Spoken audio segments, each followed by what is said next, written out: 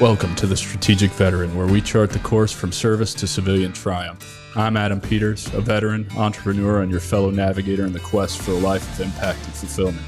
My mission is simple: to empower you with the tools and stories that turn challenge into opportunity.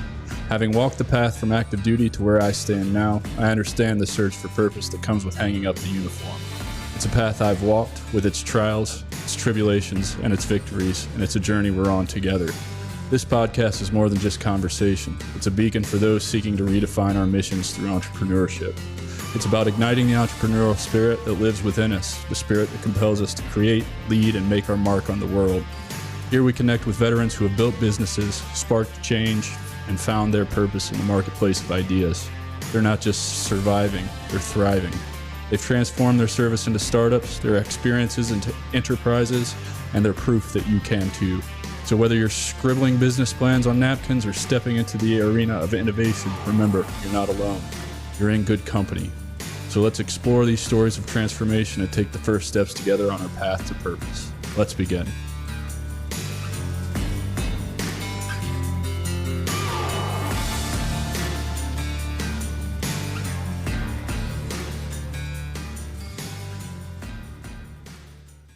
Hello, everyone, and welcome back to the Strategic Veteran. I'm your host, Adam Peters, and today's episode is another deeply special one to me. Joining us is a former Marine who served with distinction and a trailblazer in the realm of special operations as one of the founding members of MARSOC. I was fortunate enough to meet this man on an unforgettable and life-changing trip to Peru. Since that profound experience, he has been a colleague, close friend, and fellow traveler on the path of continuous development and discovery.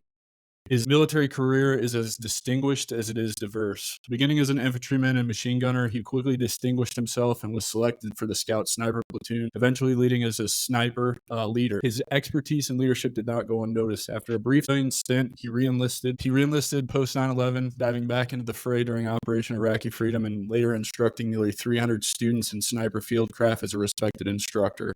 His journey took another extraordinary turn when he was selected to serve with the 1st Force Reconnaissance Company. He eventually transitioned to a role with MARSOC, repeatedly deployed to Afghanistan, further cementing his legacy in some of the most challenging environments imaginable. After 21 years of honored service, he retired and transitioned his battlefield leadership into the entrepreneurial world. He founded Southern Cross Exteriors in North Carolina, specializing in high standard pressure washing and exterior maintenance. Beyond his business, he is deeply connected to the land and community through a 52-acre farm he co-owns, where he enjoys activities with his family. He also hosts the podcast Stranger by the Hour, where he explores a myriad of topics reflecting the depth and breadth of his experiences and interests. His commitment to sharing his journey and insights extends beyond his business and personal ventures, resonating deeply with those he interacts with. Today, he joins us to share his multifaceted journey, discussing how his military precision has informed his business acumen and how he uses his experiences to guide and inspire others. Without further ado, let's welcome my friend and true strategic veteran, Aren Brandfass. Aren, dude, thanks for being here, man. It means the world to me. Oh, thanks for having me. That's quite an intro. I appreciate it. Yeah, man. Give credit where credit is due, dude. So, let's just jump right in, man. Tell the audience who you are, where you grew up, kind of what led you to the military. Let's start at the beginning for you. Okay. Yeah, so I'm 48 now, so if that puts a time period. I grew up in the San Francisco Bay Area in the 80s, primarily 80s and 90s. So regular middle class family, no, not from a military family. Both my grandfathers were in World War II, but they did, kind of ancillary, not to denigrate their service or anything, but it wasn't like a big part of our family's story or anything, the military aspect. So when I got to high school age, we moved from the Bay Area up to a place called Grass Valley, which is northeast of Sacramento. So it's up in the foothills of the Sierra Nevada mountains there. And I think that around about that time is when the military seed got planted, because I saw the movie Top Gun. And so I see Top Gun and I get very excited about the prospect of becoming a fighter pilot, right? So I start with the building model airplanes, and there was a certain point in time when I knew, I could just identify on site any kind of jet that was in the U.S. arsenal. I'd be like, oh, that's a, whatever, an F4 or whatever, whatever it was I could identify. What I didn't know was that the path towards like being a fighter pilot, it usually includes a bunch of academic achievement first and stuff that I didn't really have going for me. So I got into high school and really I wasn't a very good student. I just didn't have a lot of discipline, the kind of discipline that would be required in order to get me into like one of the service academies or something. And I played a little sports, but I wasn't much of an athlete.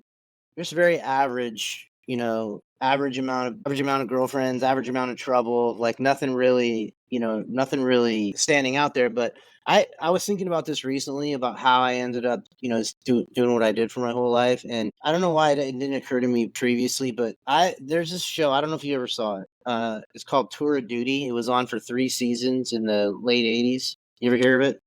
No, man. I mean, you gotta remember I was born in '85, so Yeah. the late '80s would have made me 3 or 4, so I So wasn't thinking about anything but playing with sticks. right. Okay. So I challenge anybody that might be interested in this to find the show. You can watch all the episodes on YouTube. This was a show that was on network TV. I don't remember what network, but it was on for 3 seasons called Tour of Duty. And it followed an army infantry platoon in Vietnam.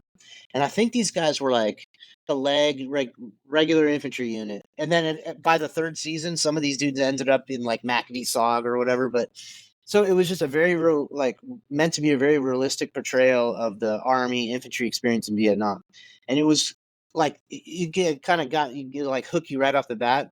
The intro, and when you watch it now, they had to change the intro music because of copywriting things. But back then, it was Rolling Stones "Paint It Black" would come on, and there'd be like a Huey Nice. flying over the jungle, and you're like, dude, it just showed these guys, and for whatever reason, when I started watching that show, I wasn't interested in it. I just kind of initially just like saw it. It was on TV, there's only 4 channels back then, so it was like, oh, this is on, and what?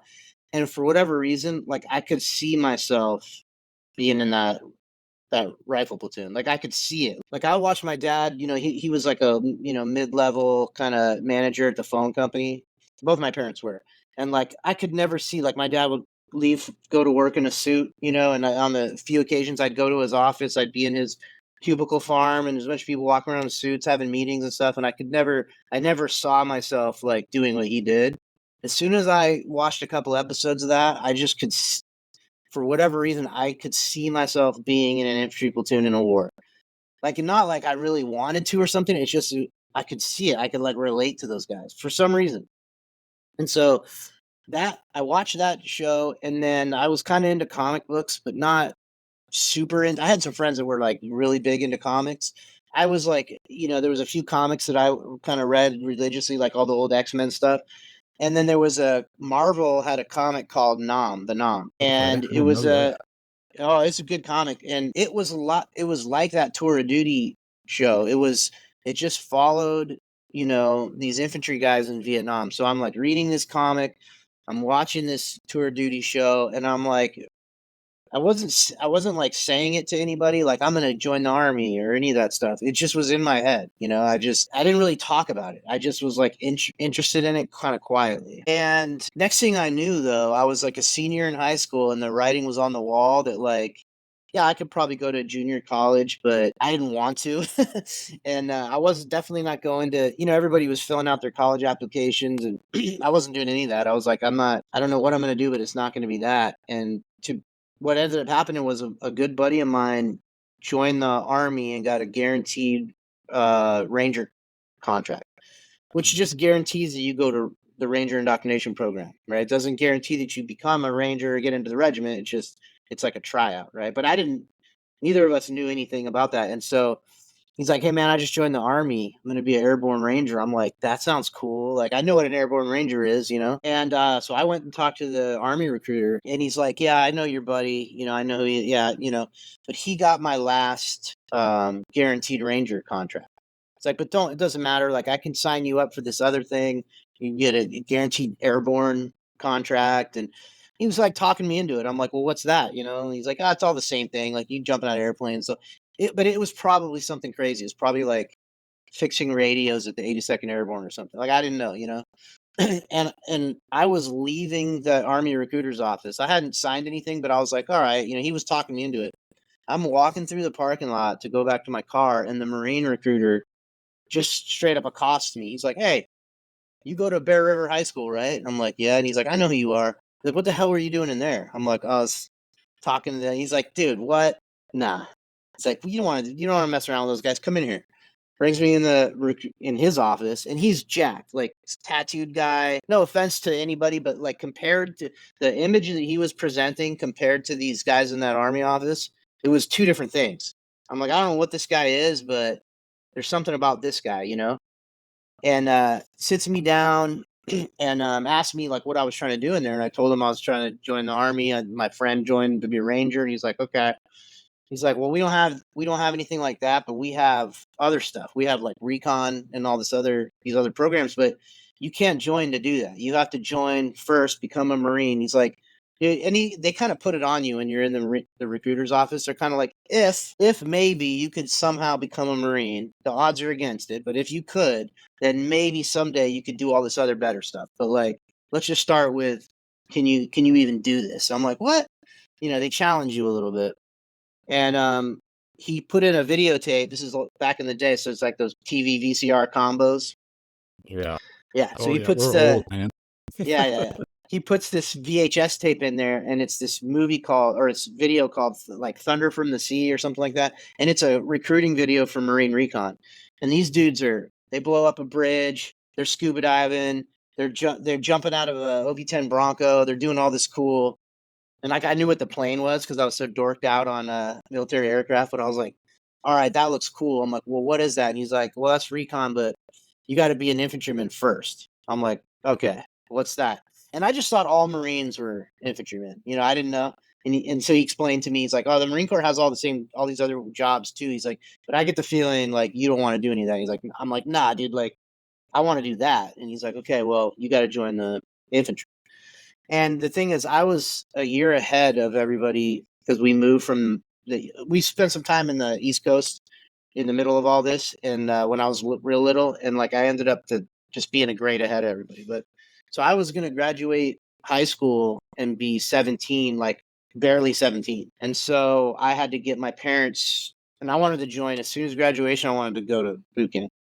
And so I had to get my parents to sign this permission for me to go. And he had to come over to talk my parents into it. And so this recruiter is slick. He got me to join the infantry in the Marine Corps for 6 years when I was 17. So I had a 6-year contract right off the bat because he just convinced. He must have been having to like sign a certain amount of those to get a bonus or something because he was telling me all this. Like you're going to get guaranteed E3 in a certain amount, which you just get all that anyway. He made it sound like I was going to be running the place, within like a year, like He sold and you. he sold me, and he told my parents that I could go to college while I was in the Marines, and which is technically possible, but not an infantry guy. You're not going to college, so I didn't want to anyway. But I was like, yeah, I'll totally go to college. Anyways, they signed the thing, and yeah, I was barely 17. I was like a month or so into being 17, and I went to recruit training. Man, it never ceases to amaze me. We spent a lot of time together in Peru because we were roommates. Yeah. And that's actually where we met. And I think we were both a lot standoffish at the beginning of that trip, but I feel like we became pretty good friends through Yeah, that for whole sure. experience. And Yeah. you mentioned some things that really kind of let me know like why that is because like you, when I was a kid, do you remember those National Geographic? They had 3 holes in them. You could put them in a binder, and they were just like a fold out. And they did them for animals. They did them Oh for yeah. airplanes. I had every single airplane one because I wanted to Okay. be a fighter pilot Well, also. and you're a pilot. You're a pilot now, right? So Yeah, I actually have yeah. a commercial pilot's license now. Nice. So I remember having all those lined against my wall, and similar story to you, right? Like, I didn't have the best grades. I had good enough grades to play sports, right? Yeah. Like, that's Same. what Yeah. kept Yeah. my grades up. Yep. But I started talking to the Air Force and the Navy recruiters because I knew that's where all the fighter pilots were, and they were like, "Dude, you don't have a shot in hell. You wear Yeah. glasses. What are you You're a talking moron, about? right? Yeah. Yeah. Like it's not going to happen for you." And so, obviously, I pivoted to the Army infantryman. I didn't have anywhere near as illustrious a career as you did, and wasn't even as long. But that's neither here nor there. It's just fun to talk to people that I've been connected with for a while and learn new things about them and find out that we actually have things in common. Yeah. Like, and that's a pretty deep thing to have in common. Like, we would have never, like, it's just so benign. You know what I Yeah. mean? Because what's your favorite airplane? I just have to know. I've always liked dude, it's weird because it's old and they haven't used them in a long time, but it was this like swept wing thing, an F-111 Raven. Yeah. It was a sweep wing. So like the F-14 was a sweep wing one too, but this other one was just like the F-111 was like longer and sleeker looking, and I think it was even like might have been like a air to ground type platform, and It's a bomber. Yeah. yeah. But I just liked the way it looked, and then I always liked in actual reality though, through my life experience, the only platform that matters to me is the A10. Just Okay. having my life saved personally, or not saved, but I had an intimate like experience with A10s, for years. So I love them, Yeah. and they're cool. The pilots, like we get to it eventually, probably, but we have like relationships with the air crew that would come support us out there. They'd check Yep. in, they'd For hear our sure. call sign, they'd be like, "Hey, dude, how'd it work out for you guys last week? Like, yeah, you guys get all this shit." So like, I love that platform, and the Air Force guys that fly those things are the best. I totally agree. I love the A10. My favorite of all time is the B-17. There's no Yeah, arguing that those for are cool. me. But Yeah. there's a new show, I think it was, like, tailor-made for me, it's called Masters of the Air on Apple TV. It's Okay. all about the 100th Bomb Group and the B-17s. Okay. If you're interested in World War II bombing missions, you should absolutely watch it. They called them the Bloody 100th, Yeah. because they took so many they took, like, the most casualties of the war of any unit, I think. Yeah, I wasn't thinking back that far, but like definitely those dude, that whole thing with those guys like those old World War II platforms where there's like ball turret gunners and stuff, that's crazy. Insane, dude, They're like insane, and infantry dudes in the sky kinda.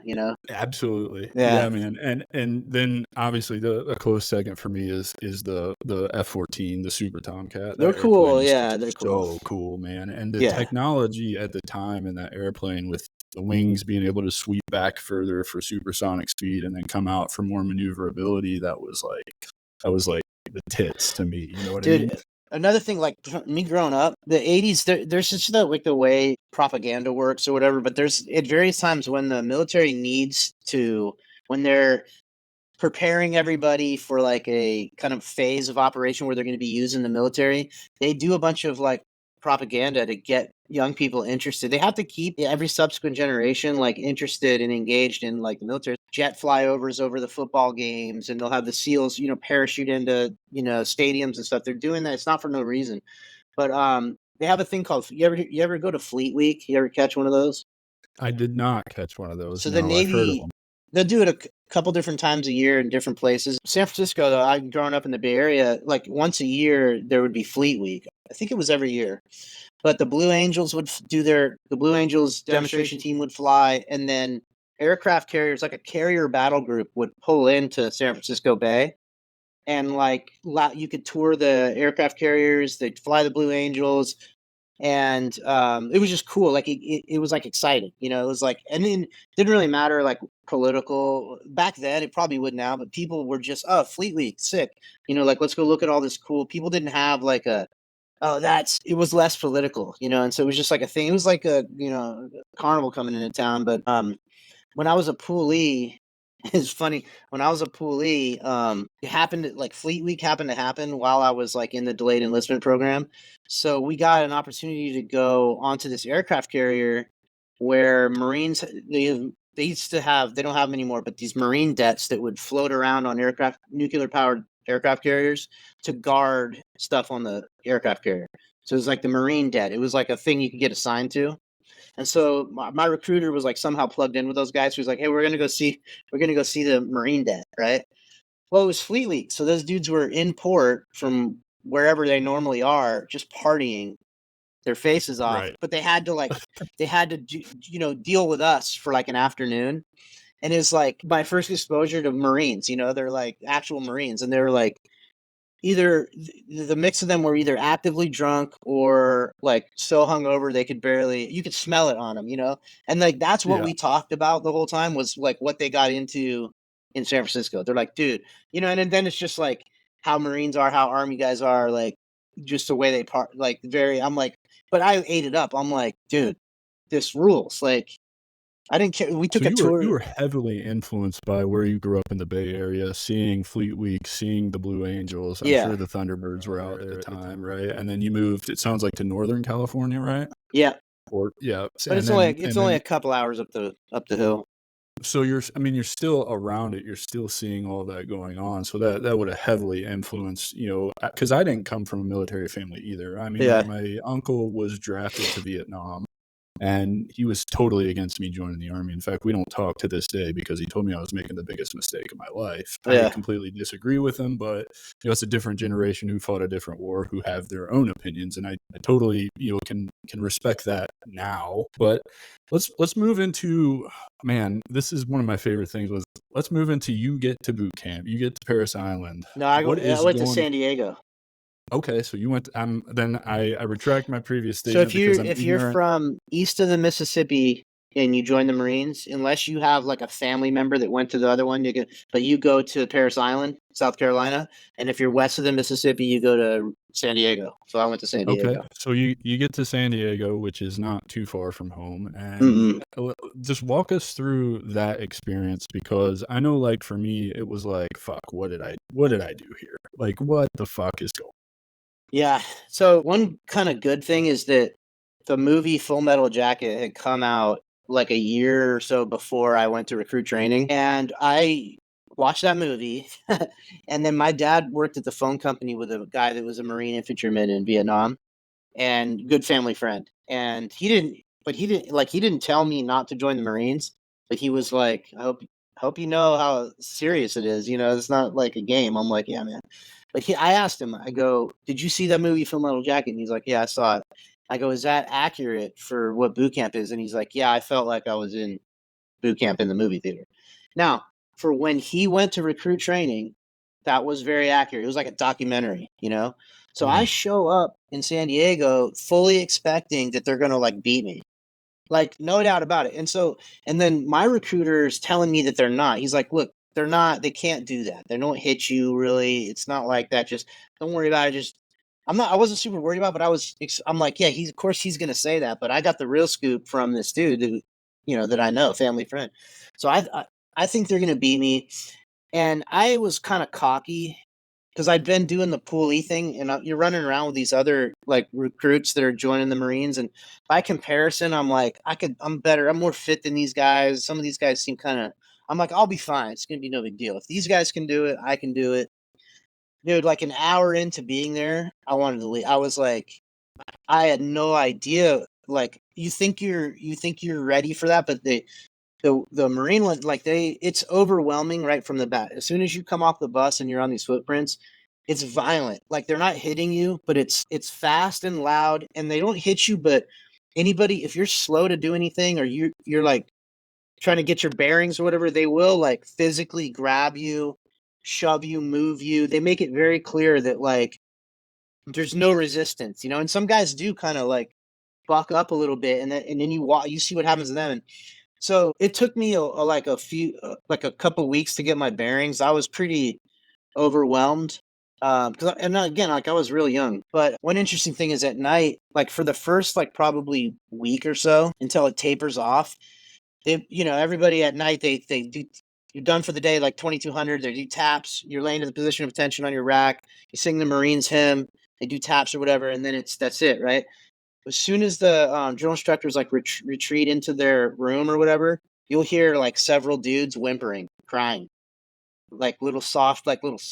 So I'm like, oh, fuck, people are crying. And so my first reaction, it made me nervous because I'm like, what do they know about what's coming up tomorrow or something that I don't know? That's Mhm. that's what I thought. I'm like, oh no. So it made me nervous to hear. I'd be like, in my mind, I'm like, please shut up. Please stop crying. Like in my mind, I'm like, shut up. You're making me nervous. Then after a few days, I'm like, nah, dude, they're just kind of puss. Like they're kind of they're just struggling. But that's interesting too, because that was the crying. And then not long after that, when we started to do actually like hard stuff, like the runs got harder and stuff, I just maintained throughout my whole career in the Marines. When I would see other people like fall out of a run, or hear them cry, or see them fail, it like helped me. And I know that sounds terrible, but it was like by comparison, I could go because you can feel sorry for yourself sometimes. You feel like you're the one you're hurting, right? And then I would see someone who's clearly doing worse, and I'd go, okay, you're not at the bottom. There's lower to sink, and it helped like buoy me up a little bit. I'd be like, not like I fed off it really, but I was like, okay, all right, you're not doing that bad, dude. Just keep it pushing, Yeah, just using it as like kind of that mental of like, I just have to be better than that guy, right? Like Yeah, I know that I'm capable of controlling my mind to be better than that guy, right? yeah, Like I just won't let myself go. Yeah, I totally yeah. understand. And that makes a ton of sense. But it didn't take like I started to adjust in boot camp, and then I figured I was like Forrest Gump stuff. Like, okay, whatever they tell me to do, and I was 17. I didn't have much else to like. It wasn't that hard for them to deprogram my civilian behavior because I was so young. I didn't have a bunch of like. I had some of those guys had been out in college for three. There was dudes in their late 20s in there, and it's harder for them to like. They're men, They've been out in the world as men. I've been in my parents' house, like, and so from one institution like the public school system, and I played football and stuff, so that's pretty institutionalized. Like the football program in my high school was pretty regimented. It was kind of disciplined, and so it was kind of just this like incremental. And now I'm in this other institution, and I'm like, okay, look, this is easy. You just do whatever they tell you to do as fast as you can do it, and then the rest of it, the physical stuff, it takes care of itself because you're leaving there shredded. Like you're leaving there shredded. Like they don't feed you and you run all day. You know. So So just basically the initial shock of basic training, the first couple of weeks, we call it total control, red yeah, phase, whatever. It's yeah, like, yeah, I yeah, think it's like the first 6 weeks. That's where a lot of the crying happens, a lot of the quitting, a lot of the yeah. people want to go home, Yep. and then it gets easy. It's just like, oh, this is kind of a joke. Like I Well, expected more, right? You get over the I initial never. It culture was. shock, the violence of action. They're in your face, screaming, putting their hands on you, pushing you, telling you where to go, do this. You just don't understand, right? Like you're Yeah. just lost. Well, for me, it never got easy, but I started to like enjoy it. And then like so one of the things at Marine Boot Camp, like right off the bat, like a few days in, they issue your rifle. And so and then it's like your rifle. You memorize the serial number. You immediately start learning how to take it apart and clean it. And you're constantly with this rifle and doing all this drill. You're just always with the rifle. You have it at night. You have it always. And so I like in my mind, I'm holding this M16A2, but it's a version of the rifle that I saw those dudes carry in like the Vietnam guys. I'm like, I felt like connected to that. I'm like, dude, this is like I'm like, this is badass. And I'd never fired a gun before I went in the Marines. Like I had no exposure to that. And then in Marine boot camp, the rifle marksmanship's a big deal. And so you go up to Camp Pendleton at a certain point and you do, like the rifle training out there. And like because I didn't have any other habits, I just did exactly what they said to do. They give you a data book. They're real anal about recording all so I'm just following their instructions. I do everything exactly the way they tell me to do it. And I'm like high expert. Like I wasn't the top guy, but I was in the running for top guy for the company. And I'm like, oh, cool. Like I have a aptitude for like shooting. That's cool. I'm like, I can max out the PT test. I maxed out the rifle. I'm like, dude, all right, I can be a good like if this is all it is, just do what you're told and be in shape. I'm like, I got the Marine thing handled. This is cool. So in saying that, you find out that it sounds like a natural shooter, or at least you had a leg up in that you didn't have any bad habits from Yeah. your previous life, so you can take instruction, and it's like fresh and new, and it's like there's no fighting that, right? Like you're Yeah. just doing it. So I know in the Army, I was kind of pissed, even though I don't think I would have ever made it to sniper school anyway, just because my eyes are so bad. If you shoot 40 out of 40 expert on the range sniper school. And Really? well, at least in '03 when I went through, that was the deal. And I missed it by one. So I Damn. shot a 39 out of 40. I missed the second 300-meter target. That's It because you just go to like an infantry specific boot camp, right? Yeah, so it's called Okay.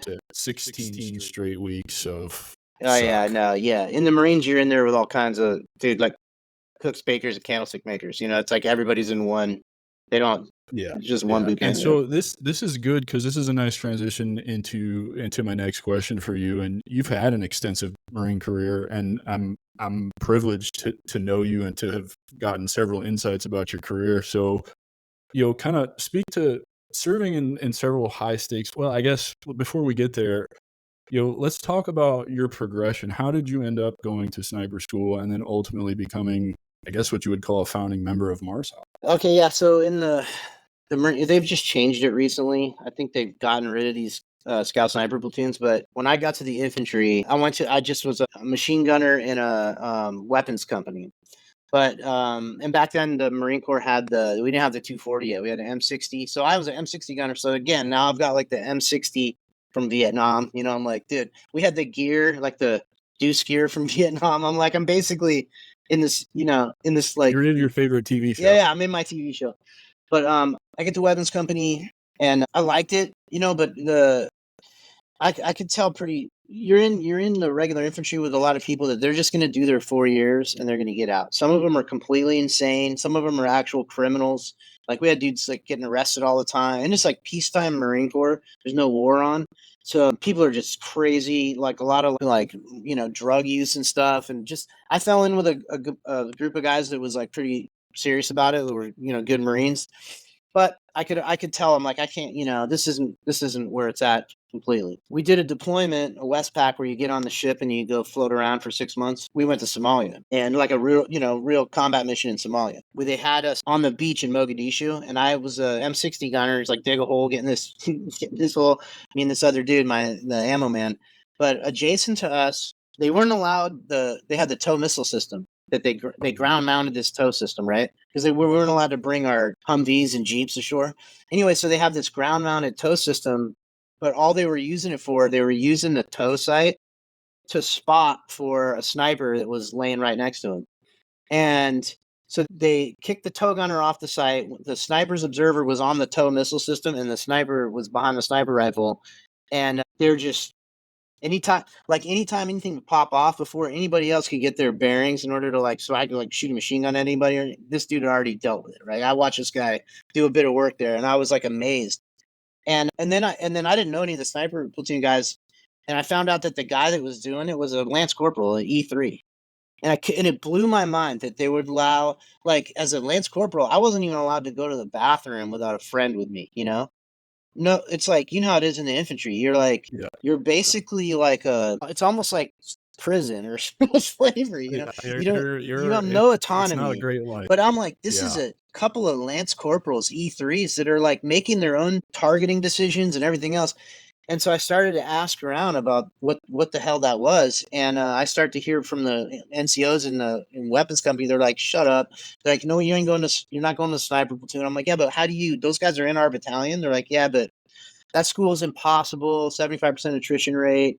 They have a 3-week indoc just to get in the platoon, and they only take riflemen. You're a machine gun," which at the time was true. They only wanted 0311 riflemen. They didn't want like 11 Bravo. They didn't want machine gunners. I'm like, well, that sucks, whatever. Get back from that deployment, and I'm going to the chow hall, and there's a flyer on the chow hall wall that says 3rd Battalion, 1st Marine Scout Sniper Platoon indoc. And the thing looked insane. It had the Scout Sniper Platoon emblem. I'd probably send it to you. It's like SS bolts, like from the Knots, like the Waffen SS, like a skull with Waffen SS bolts on it. It says 3-1 Scout Sniper Platoon indoc.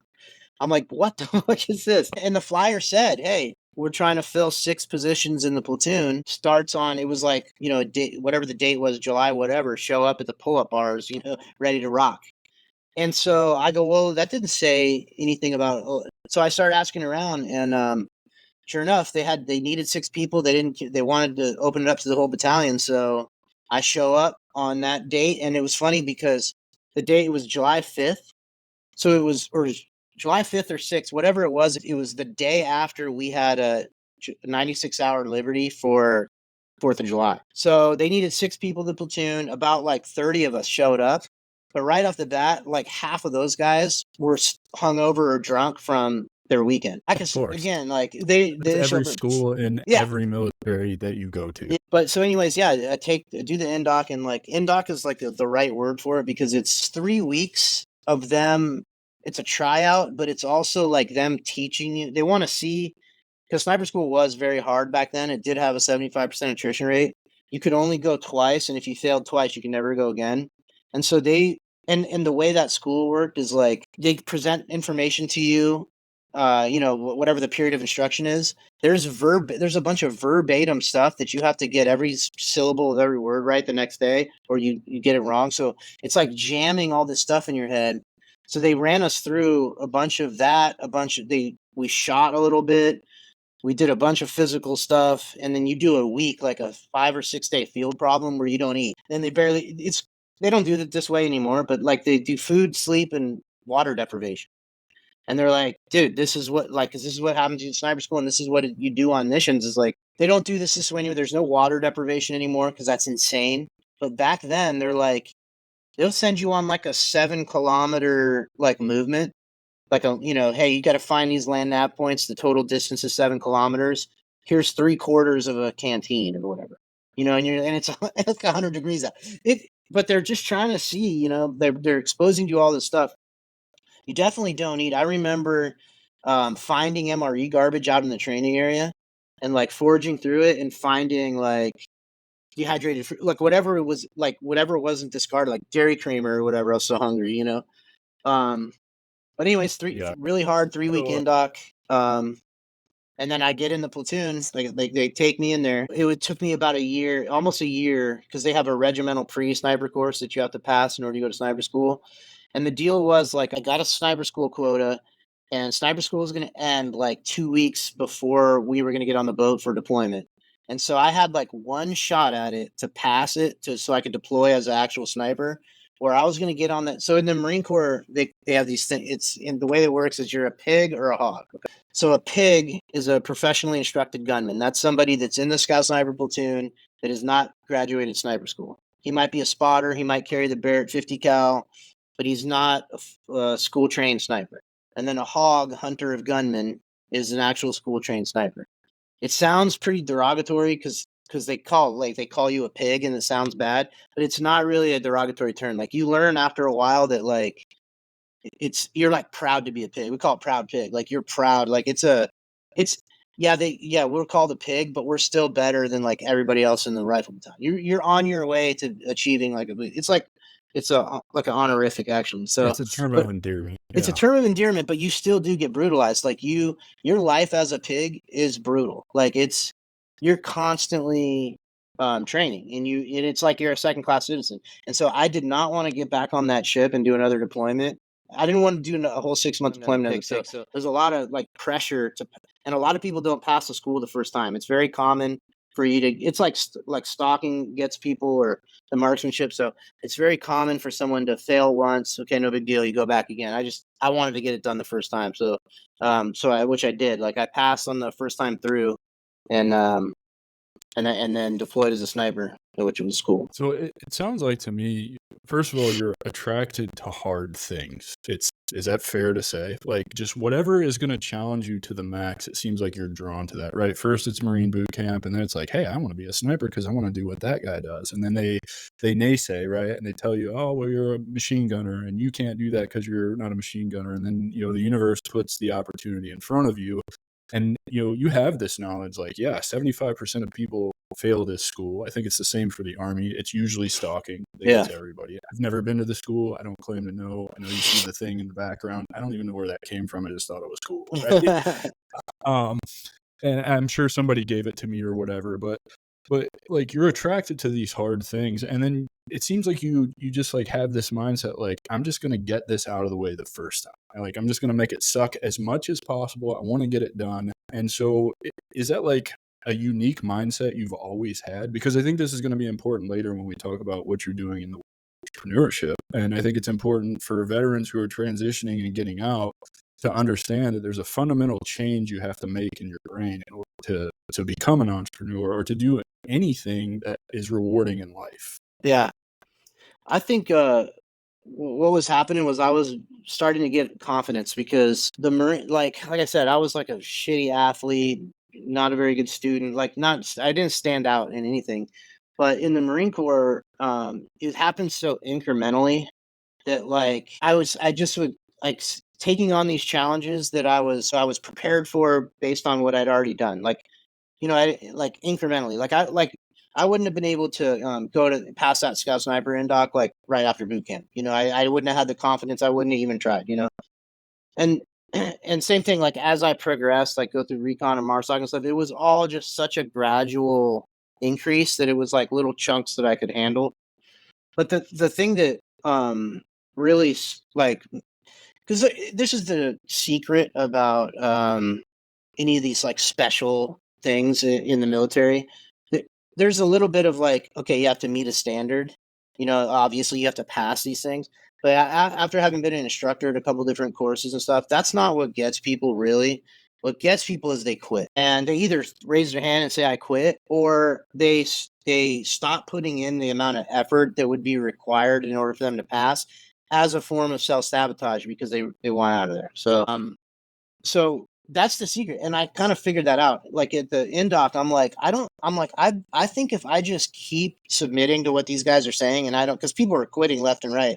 I'm like, I think if I just don't quit, I'll be good. Like if I just take that off the table, that option is off the table.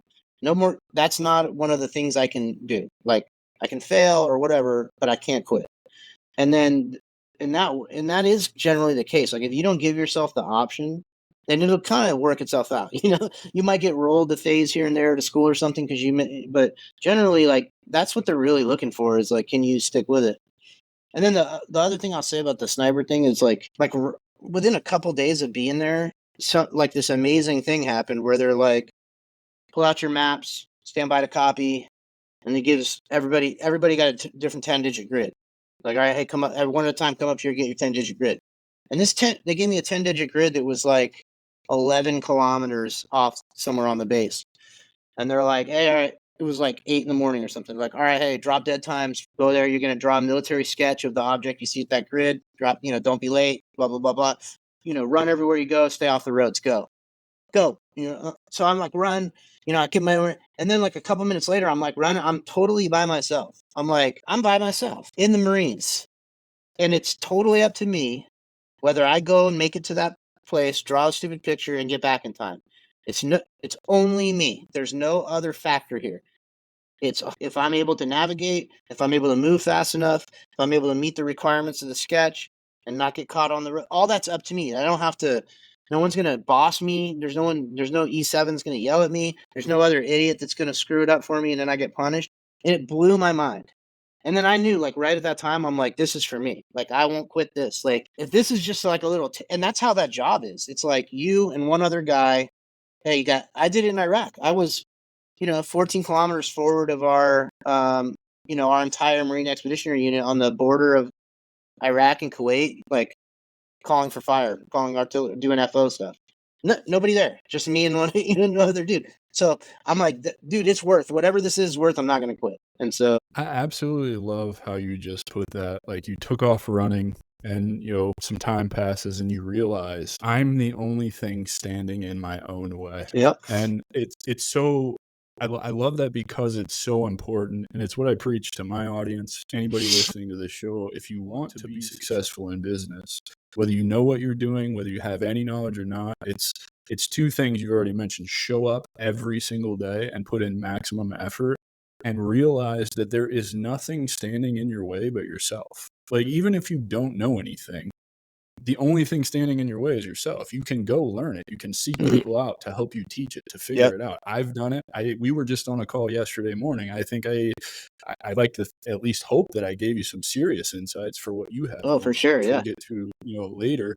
And so I love that you speak to you knew early on, because I didn't. It took Peru to really, really make me understand that I'm the only one standing in my own way. And, that's not to say that I'm better or worse than anybody else or better or worse than you. It's just that's where my journey took me, and that's how I had to figure it out. So, I'm quickly seeing why your trajectory went the way it did in the Marines, because early on you just developed that growth mindset and realized doing work on yourself and not letting yourself stand in your own way is the key to finding the success that you want. I want to talk about MARSOC because I'm of the opinion, and I might be completely wrong, that probably shaped a lot of your career and probably played a significant role in what I think is kind of the heart and soul of this show, and that's the transition piece. And so can you talk to us? I know there's probably tons that you can't talk about, and I'm not interested in that stuff anyway, but I do want to understand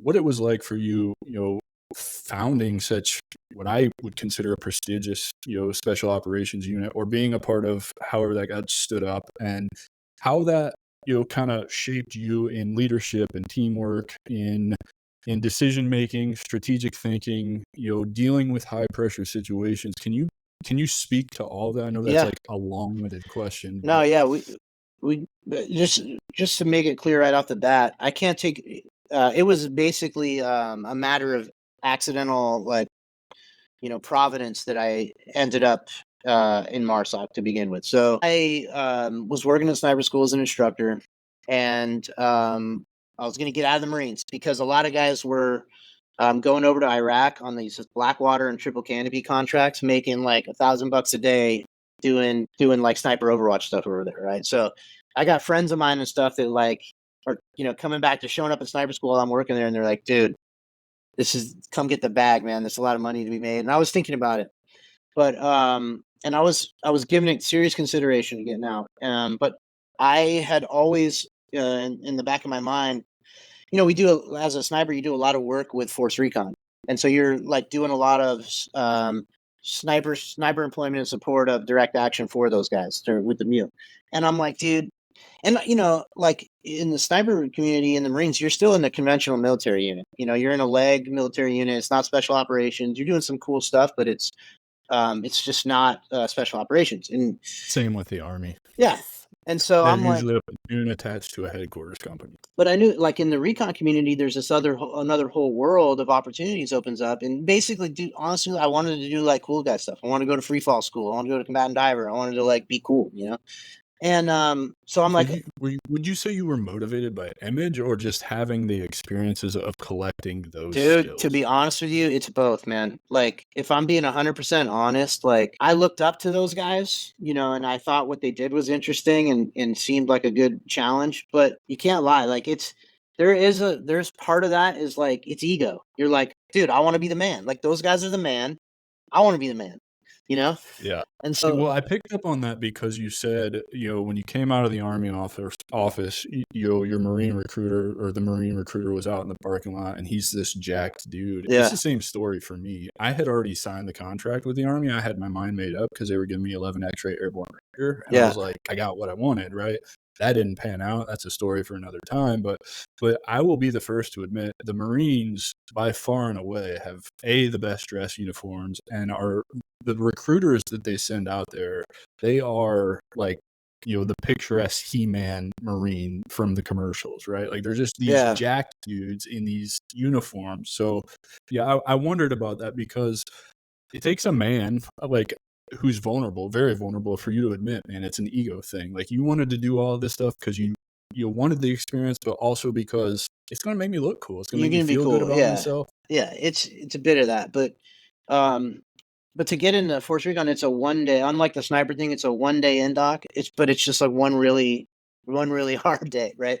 So And what's the difference between Force Recon and MARSOC? Is there a difference? yeah, I'm kind of lost on so that, and I just want to make sure we clear it up for the audience. yeah, so Marine Force Recon, Marine Recon, Marine Force Recon is a career field in the Marine Corps, in the conventional Marine Corps, and they support the Marine ground combat units. So they belong to like either the division or regiment or whatever the like task size unit of the Marine Corps is.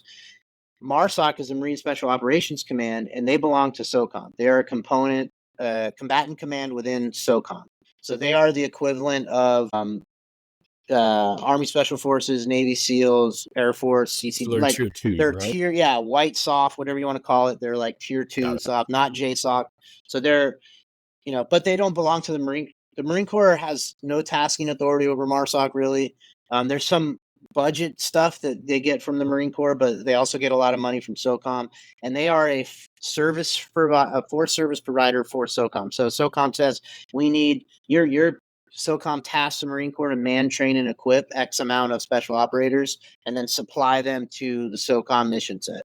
So it's a separate thing. Now, the for a long time when SOCOM was stood up, they wanted Marine Corps participation, and the Marine Corps was like, no, all Marines we don't do that. Like, Marines are Marines, and we don't have a special section of Marines that is somehow different. And so for years, They said no. And then finally, Rumsfeld, like when he was Secretary of Defense, was like, no, Marine Corps, you will stand up a component for SOCOM. And so there was a unit called Marine Det 1, which was the first. It was like a platoon size element that was like a test bed. And they took all these Force Recon, like senior Force Recon guys, and gave them a bunch of enablers, a bunch of intel guys, counter intel guys, SIGINT guys, gave them a full package of those enablers, put them through like a couple years train up, and sent them to Iraq as part of the SEAL task unit. And they did a really good job. So then at that point, that was the proof of concept. And they said, okay, Marines can do this special operations stuff. Now you're going to do it. Now me, I didn't, before all that happened, I was just trying to go to Force Recon. So I'm like, okay, I'm going to train real hard and see if I can pass this Force Recon induct. If I pass it, then I will re-enlist and I will go to Force Recon. If I don't pass the induct, I will go be like a Blackwater dude in Iraq, because this is like 2005. So Iraq's like hot and heavy. Yeah, I'm there in Yeah, 2005. right. So I'm on my first one. There you go. Yeah. 4. So yep. Yeah. So it's what the scene in the military is like at that time. For and sure. So, well, because we're coming up on 2 years later is the surge, right? Yep. So Yeah. things are just crazy. So yeah, I can imagine what things are like in the Marine Corps trying to stand Yeah, up. everybody's deployed. Everyone's deployed. I'm putting sniper school is another whole interesting thing because I had a real come to Jesus moment there, because when I first started working there, I was behaving in the same manner that the instructors behaved when I went there, which was like keeper of the badge. You have to be a certain kind of tough guy to get through this school. If we don't like you, you're not passing the school. Attrition is the mission. Only some people can do this job. It's not for everybody. After a few classes go by, and I got guys that failed sniper school, right? Did not leave there with the MOS, right? Going to Iraq, carrying an M40 sniper rifle in their platoon, coming back to sniper school the next class, telling me they shot 13 dudes with a sniper rifle on their deployment as a non-school trained guy, as a guy who failed. And so we, as instructors, were like, guys that we put through sniper school went to Fallujah and got like 35 kills, like this kind of behavior, right? So we really had to think about what we were doing and been like, you know what? Whether a guy leaves here with a certificate or not, he's going over there to do this job. So a lot of times when guys would fail sniper school, we would petition to their battalion to let them stay. You don't get the MOS, you didn't meet the standard, but we want to train this dude because we know where you guys are going in a few months. And that would happen pretty frequently. A guy would fail stalking and we're like, bro, stalking is not really going to help you in Ramadi, dude. Like, let's just work on the marksmanship. Let's work on the urban, this kind of stuff, and really change my perspective. Like, they should show up already tough guy enough to be there. And if they're there, then we should train them, like, forget all this, like, keeper of the badge stuff. Yeah, you got to maintain a standard. We had a class of Marine Corps got really mad. We had a class where we graduated 0 people. We dropped every single person. I love that you're touching on this because I hate badge protectors. It was done to me on camouflage when I went up for my EIB, right? And EIB is a big thing in the Army. You definitely need to have that if you want to make anything past E6. I like that you petitioned battalions to let them stay because you realized, even though they're not leaving here with this MOS, they're still demonstrating that this is a valuable skill, and they have learned, right? Because so much of these schools, Ranger School, right, like you can get peered. That's not even your fault, right? Well, yeah, kind of. It is kind of your fault, but like also you can get there as like a leg guy, like I was, and get peered by all the Ranger babies because they just don't like you, and you're not one of them. Yeah. But what I'm saying is like it's still valuable because Ranger School, Sniper School, whatever it is, your career is still going to require you to use these skills, right? Like you can't go be jumping if you didn't pass airborne school, obviously. But in combat, in an infantry platoon in the Army, there is a sniper rifle for every company, and somebody's going to have to pick up. That's that right. duty. They're not going to leave. They're not going to leave sniper rifles in the armory because they don't have enough dudes with a certificate. And I think that's super powerful because again, that's something else that applies to the business world, right? Testing and trying to figure out like what resonates with your audience and doubling down on, even if they're not getting it, finding a way to improve those skills for your audience or whatever. So I love that you had that realization. Yeah. Okay. So one day in doc, No, to Force Recon. And so For Force Recon, yeah, my bad. so I passed the NDOC. Now at this time, I'm like a 30-year-old E5. I had Okay. along the lines, I got out of the Marines for 2 years, and then September 11th happened, and I came in right after something back in. So I have like broken time. So I'm a little older than most of the E5s. So about 30, I think I was 30 or 31. I passed the Force Recon NDOC.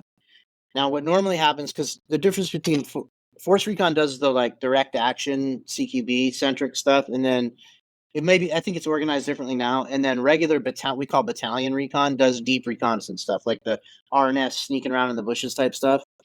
At the time, they were two separate units. Now, I had taken the NDOC for Force Recon, so I was going to go to First Force Reconnaissance Company. It's a company size unit at Camp Pendleton where you focus on special reconnaissance, which is like free fall and subsurface, combatant dive insert, and then direct action.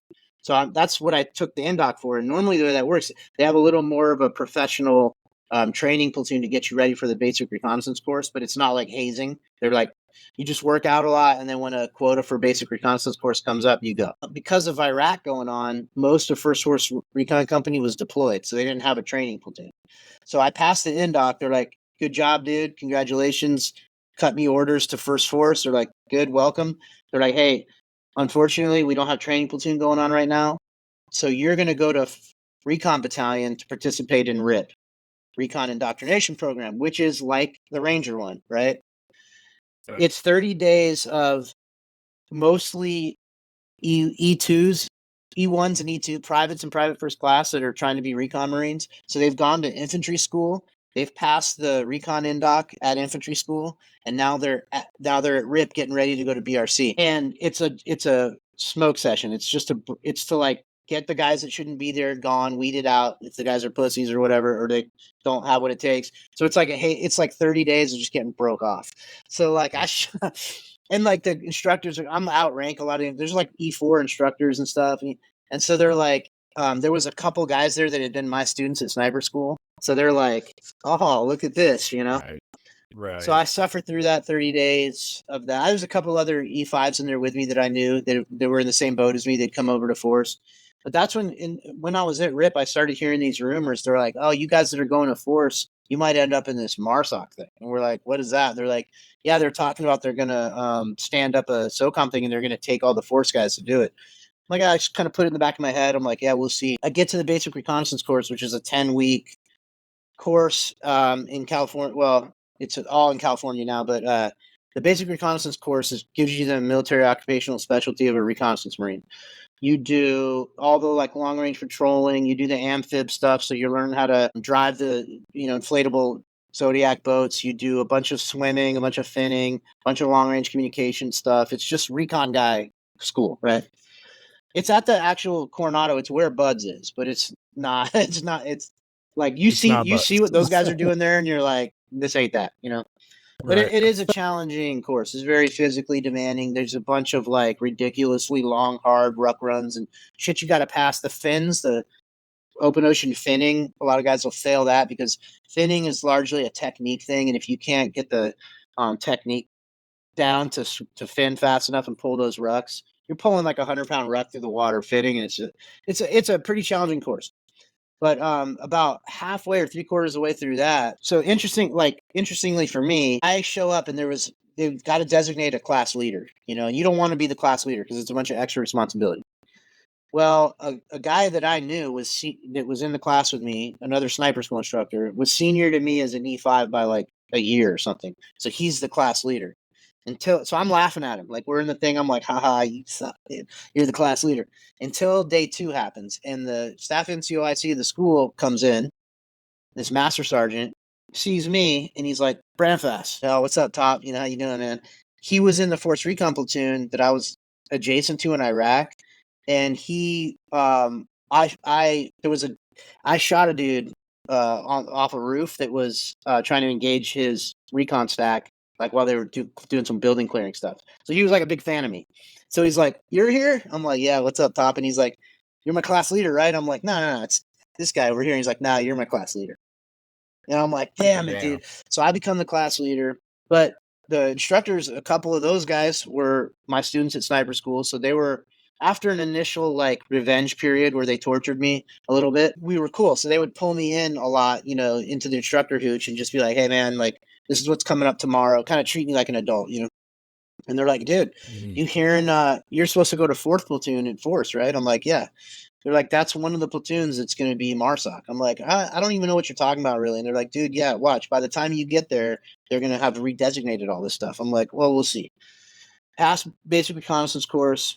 I show up at Force Recon, and right off the bat, so they wanted me because of my sniper experience and because I'd already been to. So you have to go to a bunch of schools. You have to go to dive school, SEER school, jump school, all these schools if you haven't already got them, right? Because I'd already been to jump school, they sent me to free fall school right off the bat. They're like, you're going to be in the free fall special reconnaissance team. So we're going to go send you there. As soon as I come back from that, it's Army free fall school. Marine has its own now, but back then it was Army free fall school. When I come back, they're like, hey, we're officially redesignating. We're not going to be 4th platoon anymore. We're going to be 1st Marine Special Operations Battalion. But here's the point of all this. It was totally arbitrary. So there was a couple of platoons that were in Iraq, like fighting. And because those guys were gone and we and the other platoons were back, we were the ones that got turned into MARSOC. And those other platoons got disbanded and sent to recon battalion. And so it wasn't like they picked, a lot of people might, this is the truth of the matter, right? They didn't like cherry pick the best dudes and be like, you're going to be MARSOC and then not these guys, but these guys. No, there was dudes excellent. There's a Navy Cross winner from that got a Navy Cross in Afghanistan, like one down from the Medal of Honor that didn't go to MARSOC because he was in the wrong platoon. You know what I mean? Like they didn't, it was luck. It was just bold luck. You know, they're like, it's just how the military does things most of the time. They had to, and ultimately, like, just so people know, they only picked the Force Recon guys because they had the insert school. So like SOCOM requirement, you know, SOCOM's an airborne unit, so everyone had to be a jumper. So that was that. And then we have mission set requirements for combatant diver, for free fall, for these type of things. So it made the most economic sense for the Marine Corps to start with what they already had. Like, all right, we already have dudes that do all that. We'll get them started, and then incrementally we will start our own. So within about a year, and I got grandfathered in, so I didn't have to go. Ultimately, they stood up this thing called assessment selection, which mirrors, it's very close to SFS, Special Forces Selection for the Army. Matter of fact, they got some sergeant majors from Army and they got some old Green Beret dudes and hired them and told them, hey, help us build SFAS here. And then the MARSOC training pipeline includes a version of Robin Sage, basically. It's called Durham Bridge, but it's the unconventional warfare. Why reinvent the wheel? We're doing the same. It's the same mission set. The Army's already been doing it. And I like, that's why, kind of a tangent, but like, I spent a lot of time in Special Operations Task Force in Afghanistan with SEALs and with Green Berets, but we plug the MARSOC plugs right in with the Green Beret dudes. Like you could put an MSOT and an ODA, and I have. We put them. You could put them in the same location, and immediately they're like, okay, who's your guy? Your weapons guy, Charlie. And we do business the same way. We go to the same schools, speak the same language. It's easy peasy. Same kind of dudes, really, actually. So basically, for anyone trying to understand what MARSOC is, who may be familiar with the Green Berets, they're almost the same thing. It's almost the same thing, but I'll give the Green Berets some credit because I know if one was here, he would probably be like, oh, hold on a minute. Because the Green Berets have in their mandate, unconventional warfare is like their thing, right? So you know, cross-border infiltration of some country somewhere, assess a guerrilla unit force, train them, go to war with them. That whole like thing. That's their. We do support to that. We dabble in it, but like if you're talking about unconventional warfare, clandestine, you know, sneaking around with the indige guys, that's their deal for sure. Mm-hmm. But at the time, you got to remember Afghanistan was cracking off, and what they really needed was soft teams to go fight in Afghanistan, and so we fight the same way the Green Berets do. Basically, like my first deployment to Afghanistan, we were partnered with these third group dudes, and like we weren't even allowed to leave the wire without those dudes because the other MARSOC element got kicked out of country for not doing the right thing. Well, they did. They were cleared eventually, but it took years. But what it looked like, what they'd done is like a bunch of not friendly fire, but like what do you call it, civcast type shit. They didn't, but it took a while to get cleared. But anyways, the way we do business is very similar. The way our team, the team structure is very similar. Yeah. So anyways, they stand up MARSOC, and then we start a workup. I was an Alpha company, so I was the first Marine Special Operations company to go to Afghanistan from the West Coast. So we Okay. we do a workup, but it's like they just kind of waved this magic wand and they said you're SOCOM now, but it didn't change anything. We didn't know what that meant really. So we're like, well, we're just gonna do our normal workup, Wing it, right? wing it, Basically, and just winging it, figuring it out, building on the fly. it was that. It was I that. love this story particularly because, again, the biggest question, first of all, veterans don't know that they have opportunity to be entrepreneurs. And I'm pretty big on that as a way to give purpose back, right? And we're going to talk about that here very shortly. But the biggest question I get is, where do I start? And it's like, dude, just pick something and start. And it sounds like that's kind of what MARSOC did. They're like, oh, well, we know that, SFAS works for the Green Berets. So let's not reinvent the wheel. We know we can get to where we want to be by starting here. And it's just like, find someone who's an example, pick up what you can see visibly and take some damn action. Yeah.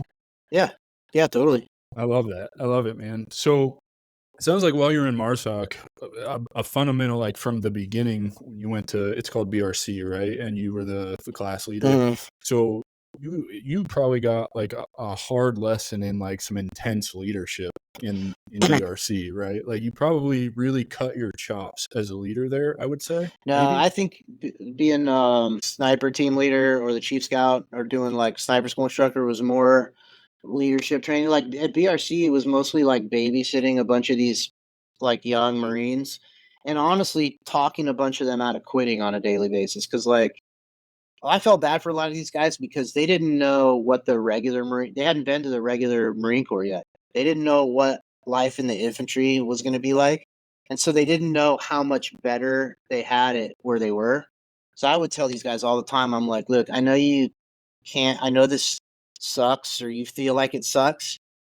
Like, but you can suffer through a 3-hour ruck run. That's way better than suffering through 3 years in the infantry. Please believe me, Yeah, it's like if I could see the guy like physically had what it took to be there, they just were like kind of mentally weak. I'd be like, dude, just believe me. I could. Then I talked some of them into sticking around, and some of them I couldn't. But So I would definitely say then that you got some valuable leadership experience in that you learned how to be a mentor.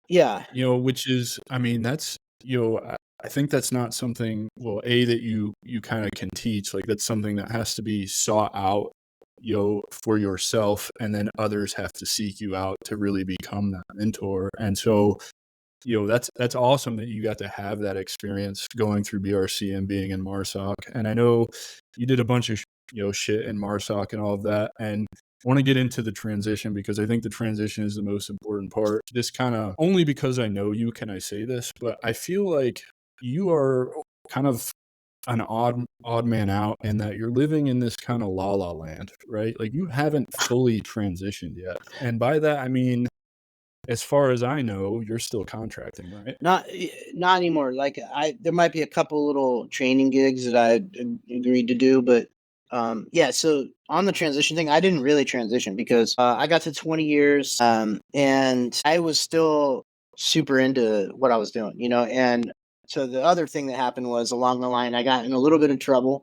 I got a DUI, so I was not going to be able to stay past 20. I was going to be able to get to 20 years and retire, but I was not going to be able to stay. If I hadn't have gotten in trouble, I would have probably done like 25 years or something. So I liked it. So I didn't really want to get out, but I had to.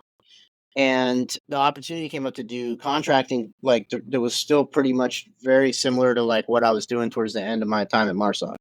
And the money was good, and I still wanted to be deploying. Like I still was into all that stuff. So Living the life, yeah, man. and Yeah, I get it. and so that's what I Because did. I just rolled. I didn't really transition. You took the uniform off, and you roll into this other thing. But I'm still, dude, on my early deployments as a contractor, I'm still going to what's that army base in Texas that they do pre-deployment.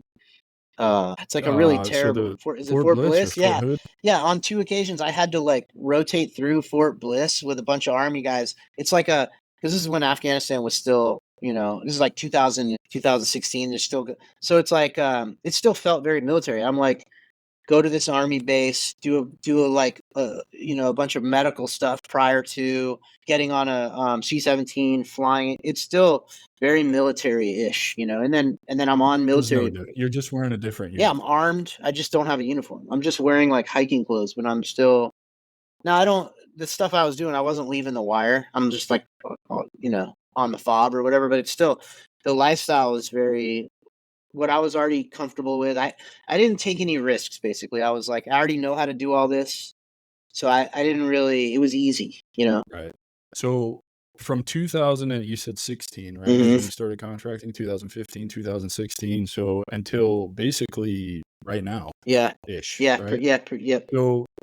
So in talking about that, I guess I am kind of right in that you really haven't transitioned out of that life into the civilian world. And I think this is awesome because you are just starting your business. However, I think you probably have some other things going on behind the scenes or whatever. So, transitioning, it's complex, right? And so what do you see as your biggest challenges moving forward? Like, what is just a couple of challenges that you're noticing that you're facing right now? And what are you doing to kind of keep yourself on track and make sure that, because I know you expressed in Peru that you wanted to stop contracting, you wanted to Mhm. stop living this life. And ultimately, we said it earlier, right? Like, you're the only thing standing in your way from it, right? Like, you just have to learn how to reframe all of that. So, what are the challenges that you're seeing moving forward now that you are giving up contracting and moving into entrepreneurship? I think the biggest thing for me is finding something that I'm even interested in. This is the big problem with me is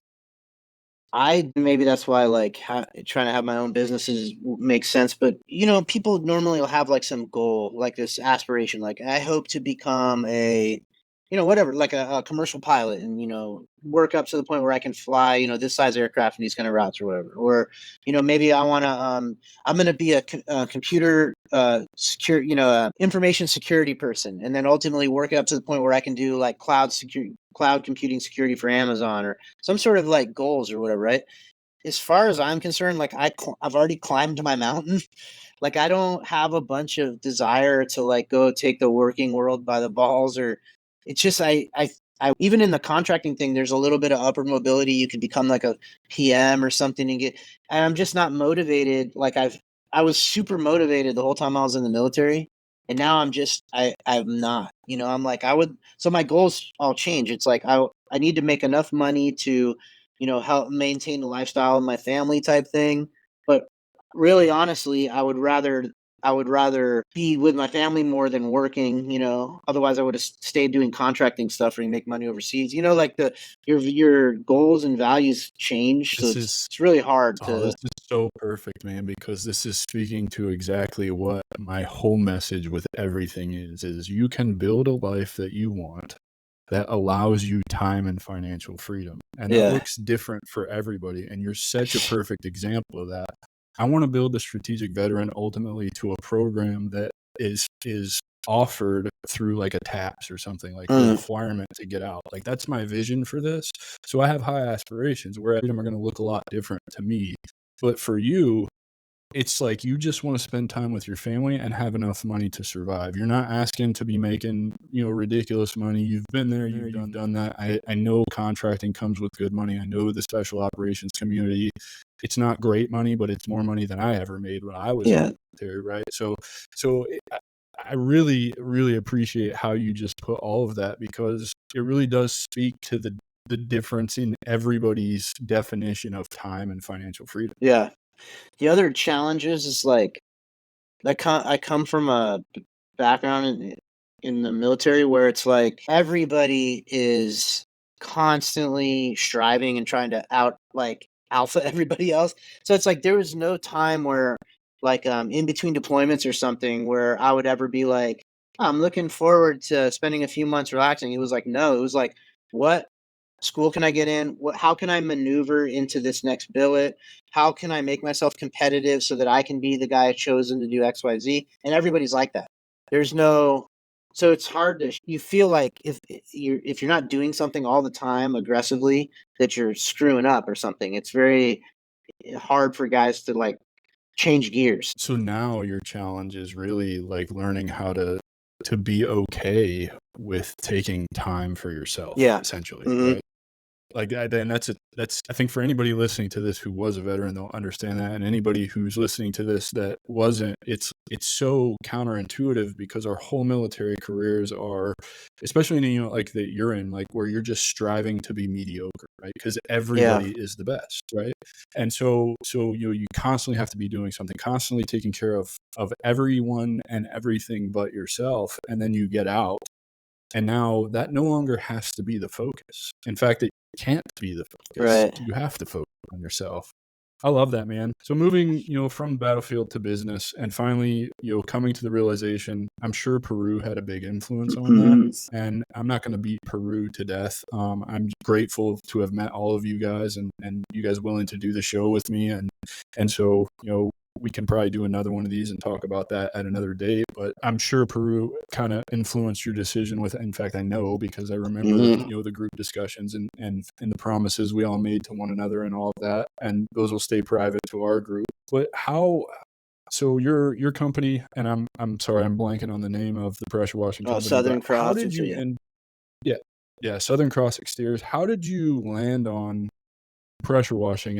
And an acceptable answer is you're just like, I saw it, I figured I could do it. It's something that's just mind-numbingly easy. Like I'm always interested to know like what led you to choose that. Yeah, it is kind of that way. I just somehow I don't even remember how I fell into some YouTube rabbit hole of pressure washing.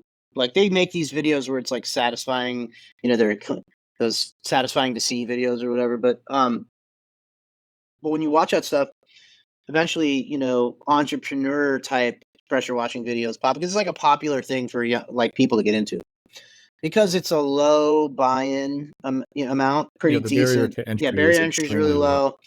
low. And there's some potential. So my thing with it is like I I'm feeling getting like sedentary. Like I did not want to do any kind of work that required me to sit and like manipulate a computer or be in, because for a while I was like, okay, I'm just gonna start. I want to find my kind of goal for a while was I'm gonna find a remote job that I don't really care about that much. I don't even need it to pay me that much. I'll just do some nonsense on the computer or something so I can be home. I don't want to go to an office every day. And I'm like spend months like looking for that kind of job, and I never really found any traction on that. And then I just started thinking like, no, I want to physically do something, So I'm like thinking of things. I'm like, well, I could just buy a big truck and I could do like junk removal. Like I'm like, I like take my ego out of it. I'm like, I don't care what other people think about what I do. I literally just need to, have a vocation that keeps me moving around and physical. And when I found the pressure washing stuff, there's like things about it I like. Like I like the idea of physically moving around to do work. I like that there's a little bit of gear. I like any kind of gear and equipment. I don't care if it's like a weed whacker or a computer. Oh yeah. I like gear. I like knowing about gear. I like knowing about, and with the pressure washing, it's more, people might be surprised. There's a whole industry of crap, different kinds of pumps and different kinds of, so I'm like, okay, there's a little bit of opportunity to geek out on the gear.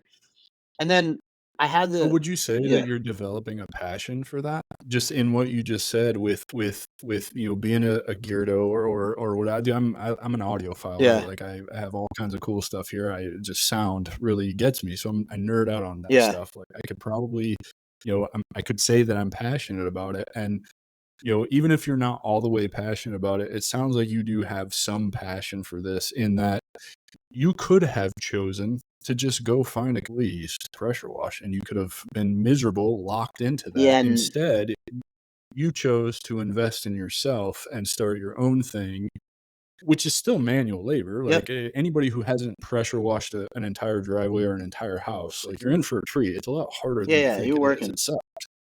So are you developing a passion for it, or is it just it speaks to enough areas of your life that do interest you and it meets this need? Yeah, I think it speaks to enough, and then I think that the other aspect is like there's going to be some correlation between how much I'm willing to hustle and how successful I am. So and that's good. So, it will be like the amount I'm willing to run around putting flyers out, or investing time and energy into figuring out how to advertise it, or all of those things are going to matter. Like it's if it's successful, it will be because I scrambled around and made it happen. So, and that's good. Like I don't that's attractive to me also. Because again, it's kind of like the other thing, like, hey, am I going to go find this land nav box and be able to draw this picture and get back in time? It's on me, like, and if, and I like that. I like that aspect of it. Yeah, you're the only thing standing in the way of the pressure washing business being as successful as you want it to be. Right. That's so awesome, man. What skills are you taking with you from your time in the military? And already, I know your business is very new, right? Like we had a conversation about this yesterday, and I'm so excited to like do this with you, and then maybe in a year have another episode with you and really revisit where you're at and what you've done and lessons you've learned. But skills, I'm of the opinion, I said this in the episode with Rich too, I call them high leverage skills, resilience, leadership, flexibility, problem solving, whatever, I could go on and on and on. Are you finding that all of that is translating well for you? And if not, what are you having trouble with in translating those skills into business? Is it a just I don't know what I don't know, or I can't figure out how this applies because I applied it so differently in the military? No, I think there's things that are going to cross over no matter what you're doing. So work ethic is like a main thing. Like I'm not scared to work hard.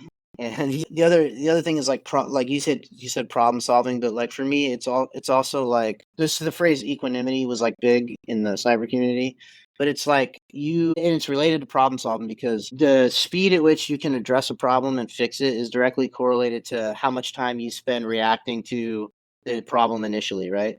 And so I'm really Mhm. good about, generally, I think one of my strengths is like problems can happen and they just kind of come in as input, and like I think and there's going to be problems with the pressure washers here. Like, it's equipment. So like things are going to blow up, and I know that like when things happen, I'm always going to be able to find whatever is necessary in order to continue to get the job done. And again, this is all pretty low stakes stuff. We're talking about like cleaning someone's driveway, not like flying someone in a helicopter to to the ER or something. So like it's all pretty low stakes stuff, but I think that those are the strengths. And then I think my weakness is definitely I don't like asking anybody for help ever. So And that is going to be a big barrier for you yeah, I don't like asking because people for stuff. So but nobody builds a business by yeah. themselves, and you're gonna have to go and get. I mean, you know, technically, I think you asked for help. When we had the call yesterday, you're Oh like, yeah, "Hey, there's Mom, tell me what definitely I'm doing," yeah. and it's like, was that really that painful for you?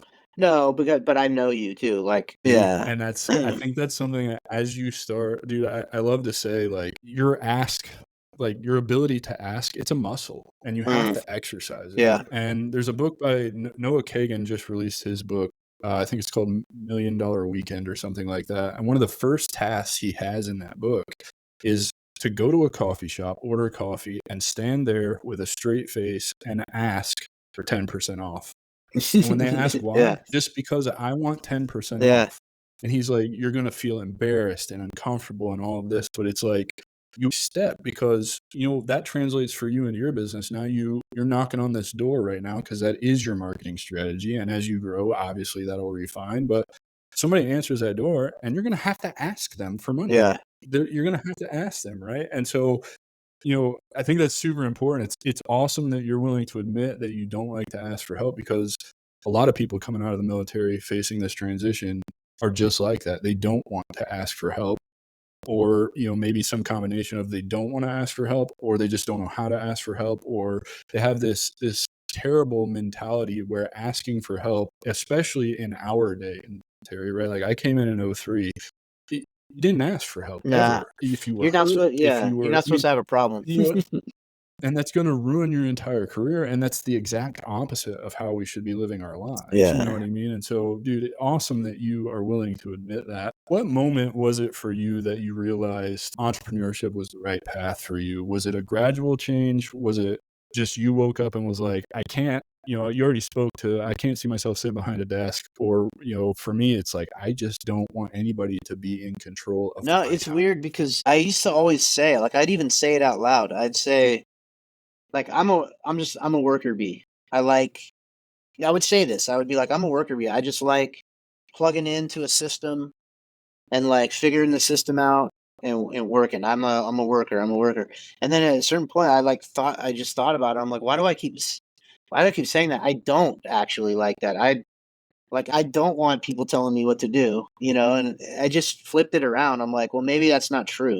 Maybe I was successful as a worker bee, but maybe I don't actually like it. And I don't think I do like it. Yeah. I'd rather just try to make this work, and Because it's more rewarding to yeah, you, and it's right? just, yeah, it's, Because it's I don't know, it's like that element of control, right? So for me, the strategic veteran gives me intense purpose, right? Because my mission is to give back to veterans, a community that I love dearly, right? I'm a part of it, you're a part of it. But also, like, I get to talk to Mhm. dude, and I'm a connector, right? Like, I know that about myself, and so, for me, it's just like a world where I can just talk to people that are interesting to me all day, every day. Like, that is perfect. Like, why would I not pursue that? Yeah, Especially knowing, that we've already said 2 or 3 times, like, you're the only person that stands in your way. So your success is directly linked to how much you're gonna sabotage your own self. yeah, I don't have a boss telling me I can't get promoted because I didn't get the high enough score on my evaluation because your grading system is fucked up, right? Like, yeah. if I don't get to where I'm going with this business, that's on me and nobody else. Oh, that's a big, and it's a problem in our society these days. It's like the victim consciousness thing. People, that gets pushed on everybody, and it's very, people like to fall into it. It's comforting, like, oh, it's not my fault, and veterans, a lot of victim stuff is pushed on veterans, like, and I know guys personally who, and hopefully I don't do this, but it's like you've got a nice ready-made excuse for anything, any problem in your life, and it's the kind of thing you can invoke it like a shield that people can't really. Oh, you weren't in a war, you don't know what it's like, you can't tell. And then people are like, yeah, thank you for your service, sorry, now you get to be a dickhead for the rest of forever, and so it's something you gotta, like, on the lookout for, I think. So starting a business, another common, pitfall about, especially veterans, right, coming out. You have a child, right? You have your Hmm. son, and providing for your family is. I know you, so that's priority number one. I think for starting a business is a big risk, right? And it comes with a ton of fear, and I think that's another giant barrier for veterans who are transitioning. And how are you dealing with that fear, if you even have that fear?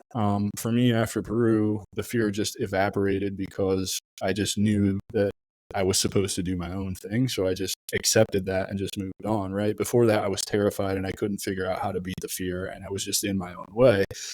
Do you have any fear associated with starting this venture, or are you just that determined person who's going to make this work? So you're like, fuck the fear, I don't care. Yeah, I mean, just a little bit of trepidation always when it comes to money, but I should be more afraid because I'm not a good money person, Like, I have a weird, like, I'm I have a bunch of kind of weird spiritual beliefs about what like money is specifically in the type of economy that we have. And so I try to just look at it as a tool and not be, like, emotionally associated with it.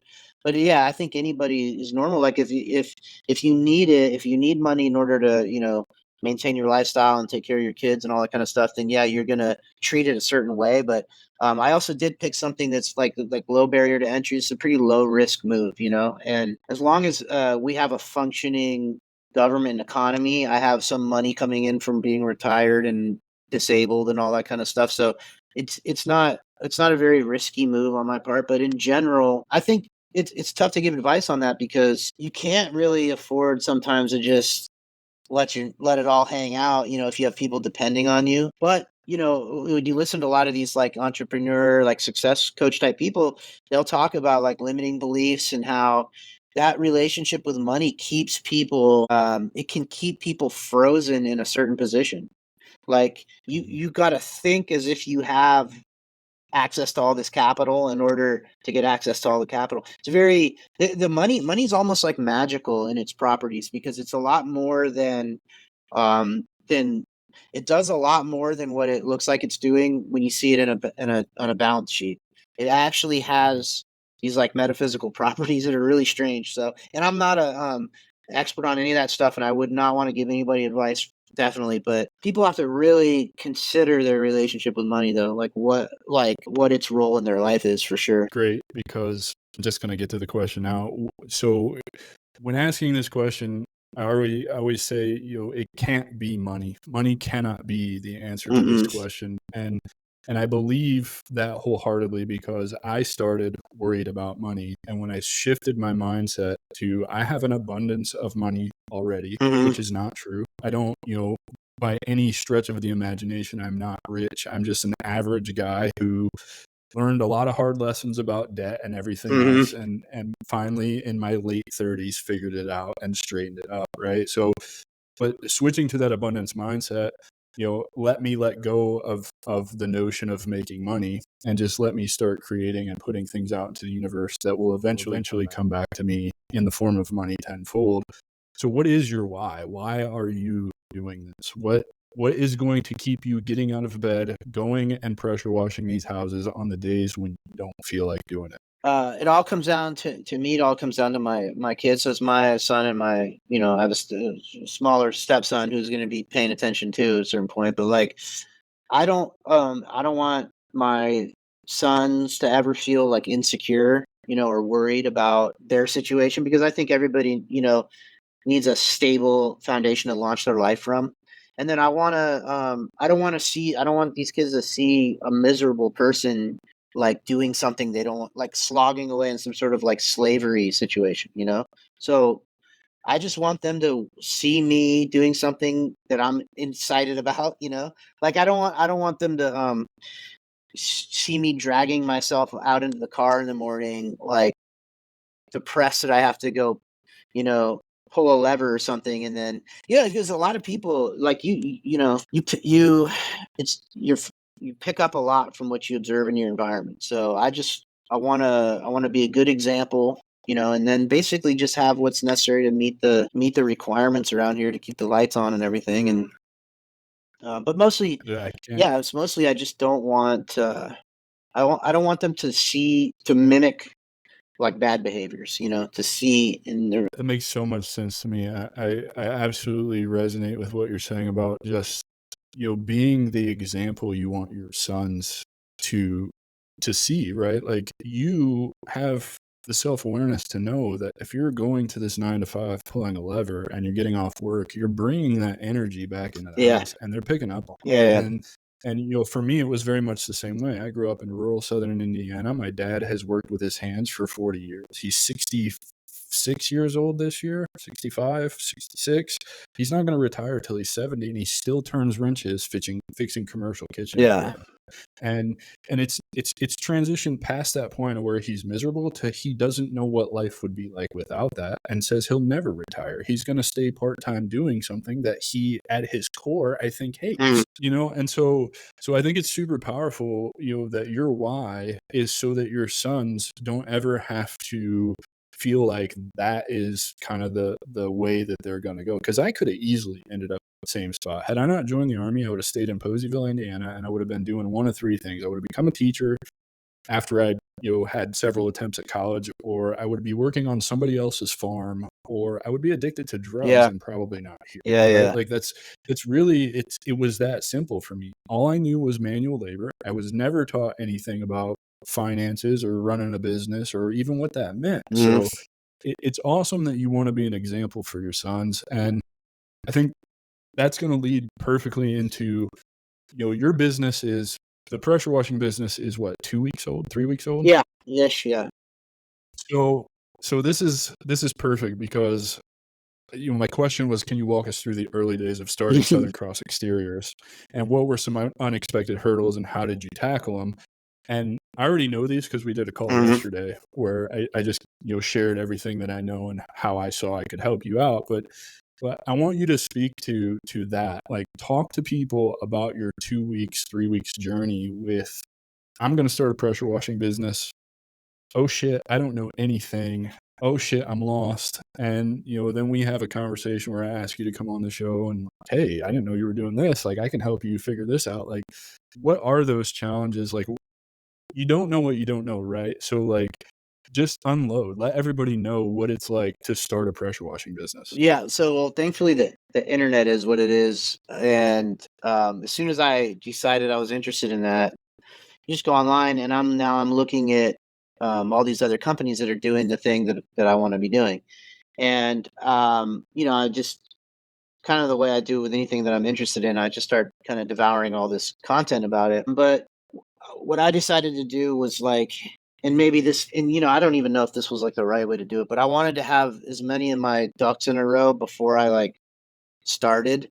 So it was like, okay, I'm following the advice of these different channels that are doing this stuff, right? And they're telling you, hey, these are the things. So I get all I learn as much as I can about all the gear, and I go, okay, what's the kind of gear that I can afford initially, to do the things I want to do, and it's gonna find a middle ground, so you're not, because like anything else, there's a wide array of, you could invest in 50 rig with a and then have no customers to validate any of that, right? So I get kind of like a setup that would be appropriate for residential and like light commercial stuff, and could handle a little bit of growth before I'd need to like upgrade to better stuff. So I get that sorted out.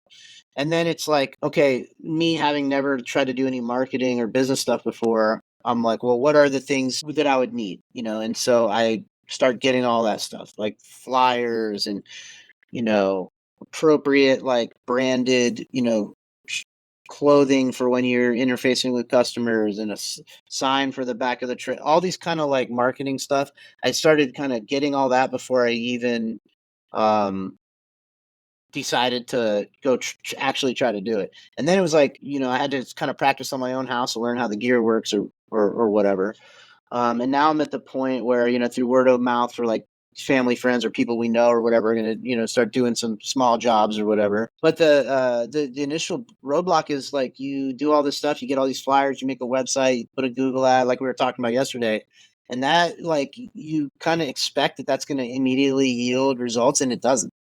And so, like, No, I'm just especially, yeah. like, I'm taking, like, I'm just taking it as a learning point. It's all interesting to me because, like, I'm keeping track of how many of these flyers I'm putting out and where or whatever. So it'll be an interesting game to see, like, to understand how many of those have to go out before it yields like anything. Um, and then just, this kind of thing, it is, because of the low barrier to entry, it is a flooded. There's no shortage of people offering this service in this environment. So it's like, I'm just going to have to figure out how to, discriminate myself from these other people in order to get like my little chunk of the business, which it's all just a learning, and, Yeah. but, So honestly, the struggle is to not get discouraged, because if you don't like have an immediate success, you can, but I'm not discouraged yet, but I could feel, I don't know, another week or so of no one calling me in response to these flyers, and I'll wonder if I'm going to be willing to keep walking around, for a couple hours every day, passing them out. So, well, I'm not discouraged yet, but I could see it in the horizon, dude, so there was so much good stuff in there, and I want to touch on several of them. The first one I want to touch on, you said you went and started doing research on YouTube. You found all these channels that would tell you how.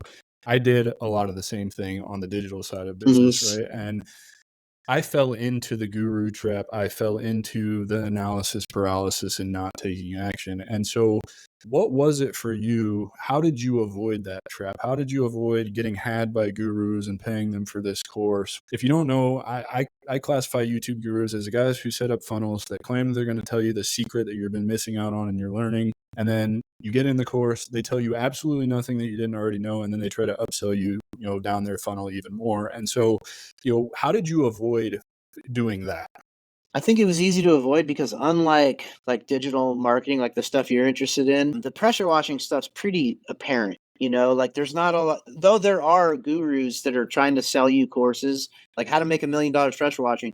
I'm like, no, there's not some esoteric how to put metadata in a website. It's more simple than that. This is a very obvious, or it seems to me, tempted to, I wasn't tempted. And honestly, like, I found a couple good channels where the guy who runs the channel's like, hey, there's a bunch of people that are trying to sell you a bunch of information. I'm just trying to tell you because the guy's basically like, look at these trucks. I have a very successful pressure washing business, and I'm just trying to pay it forward because people help me out and I'm a cool dude. And I'm like, yeah, that guy sounds like a cool dude. I'm going to listen to him, And he wasn't trying to sell anything. Yeah, and that's so great, man, because abundance mindset. Yes, however, the pressure washing industry is flooded. Look around you for wherever you guys live, sure. right? And you'll see, I don't know, probably 50 companies come More up than on that. Google, right? But you spoke to, right, like what are you going to do to differentiate yourself? And then in the business world, that's called your unique value proposition. Yeah, there you go. Right? So how are you going about finding that? And I think you know how you're doing this. I just don't know if you know that you know how you're doing this. I don't know yet, actually. So you talked to me yesterday in the call about you were looking at other pressure washing companies and you're seeing what they're doing, right? And trying to just kind of copy that, right? And so what's going to happen for you probably really soon is you're going to start looking at these other companies and you're going to be like, I can do that better. Yeah. That's what makes me stand Yeah. out, right? So it's really cool because when you started this, obviously a couple of weeks ago, you didn't know anything that we're currently talking about. And you just went and I'm amazed that you went and printed off flyers, had professional clothing made and door hangers. That's old school marketing, right? Like that is, a lot of people aren't doing that anymore. Well, just to hit that, the reason I did that is because I was just thinking like that's because as I'm learning, talking to you, and I'm gonna get help from your wife about it. I don't actually know how this internet marketing stuff works. Like I don't know how the Google Ads functions. I don't know how to search engine optimization works. I don't know how all that works. I do know that if I walk up to someone's mailbox and put a flyer in there, then a flyer's in their mailbox. It's just it's like something I had positive control over. So I'm like, okay, if nothing else, I can at least guarantee that if I print out 1,000 of these things and I put 1,000 of them in a mailbox, then 1,000 of them have gone in mailboxes. Dude, and if you get 10 people, that's a 1% conversion. It's totally worth it. That would be great. It's great. Yeah. Right.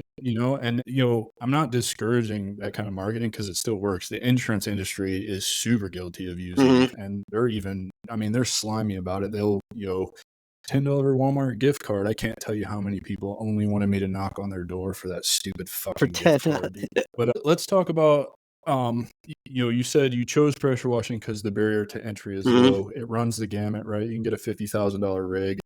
Are you comfortable telling us what you invested in this? Because I really want to put on display how attainable starting this is for veterans. Like you can start a newsletter and invest $0 in all time, or you can take Aren's route and invest. Like 15. Yeah. Okay, so 15,000. I know you could probably do it for like $500 for sure. Go Yeah, buy, you could. a nice pressure washer from Lowe's or Home Depot for $300. A few cleaning supplies, a couple of magnets to stick on your car, and a T-shirt, and $500. You definitely could. In, right?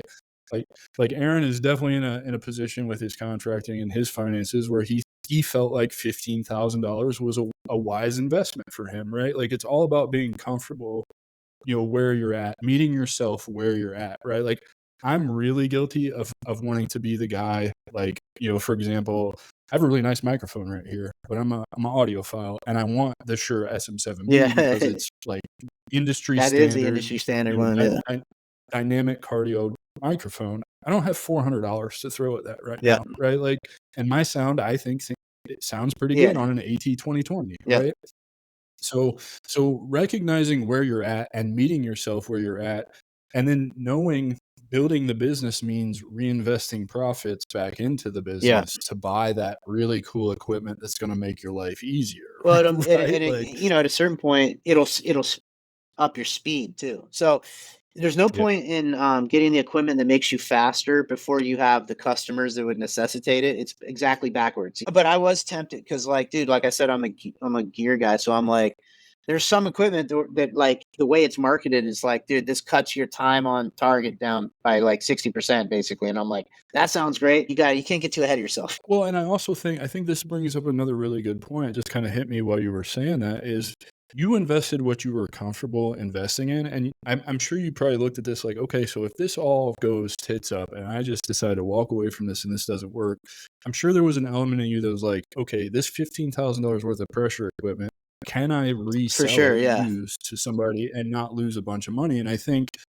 at 15 grand, you can probably do that a whole lot easier than you can at 50 or 60 Yeah. Right. grand, Exactly. right? And that's why those machines that make things more efficient, those are like the scaling. That's like when you're ready to scale, that's what you're going to buy, because at that point, your business isn't going anywhere. So you don't have to worry about reselling that equipment And versus, I think I think when it's time to upgrade your equipment based on, it's like a necessity thing. You're like, oh, I should get bigger equipment because I need it.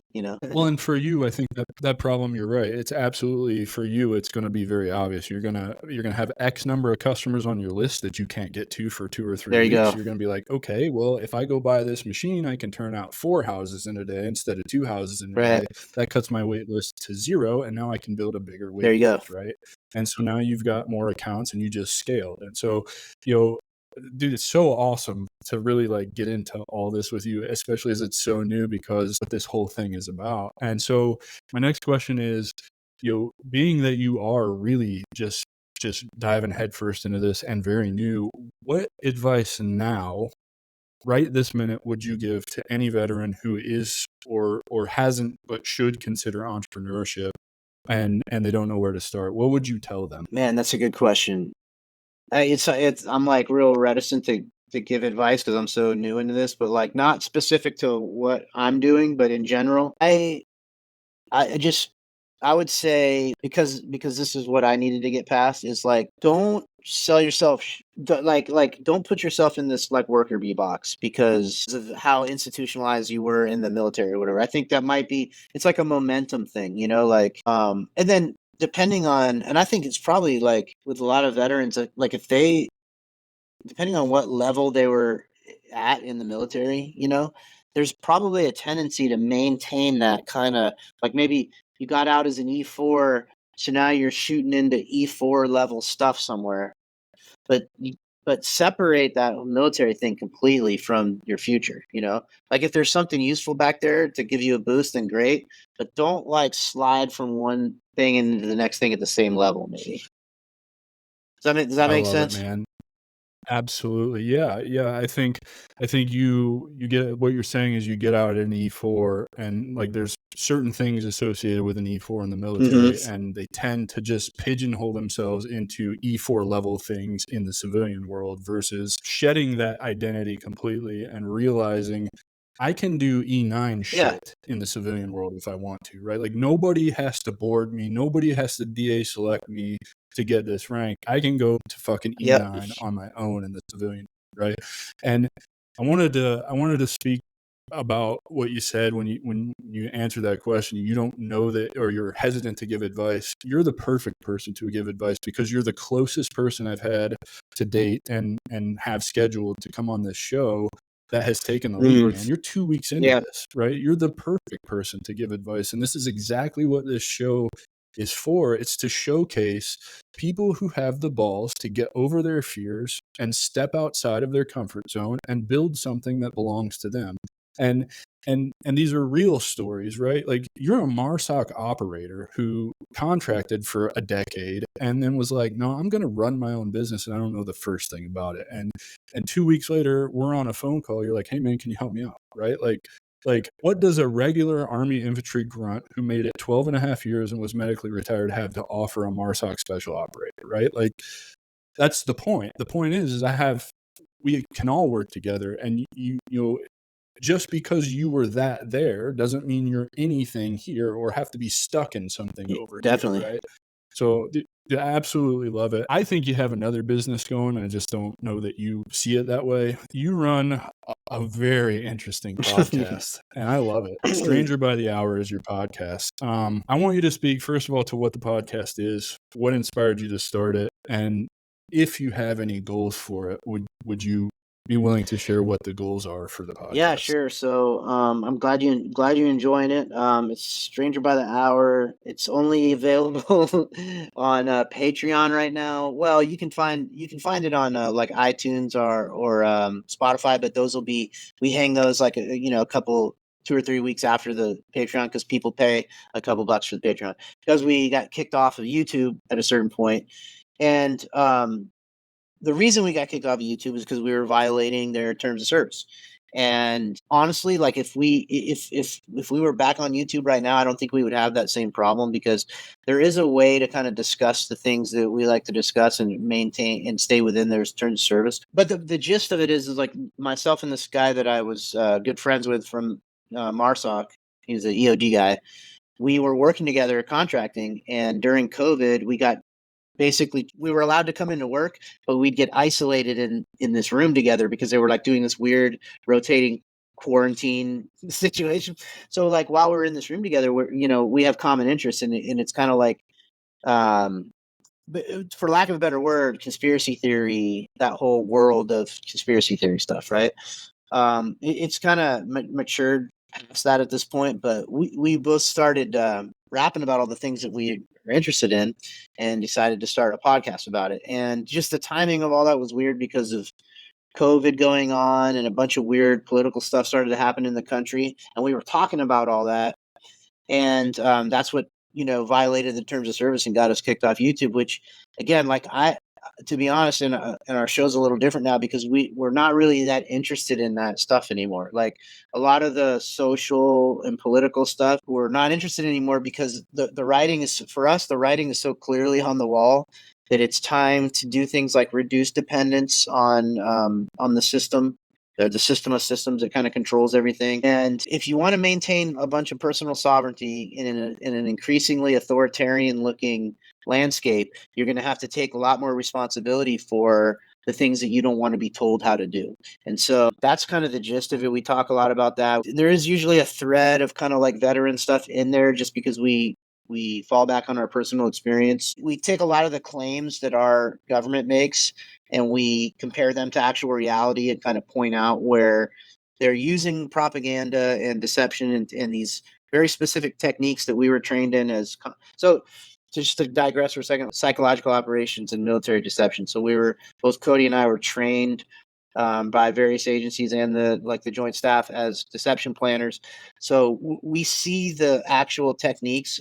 It's a doctrine. It's like anything else. Like there's a methodology behind doing propaganda and deception, and when we see it in the coming out of the mouths of our elected officials and in the media, so we're pointing it out. And that's kind of like a lot of what the show is about. There's a bit of humor, like we're kind of dicks about it, like we're kind of dicks about it, and that's part of the thing.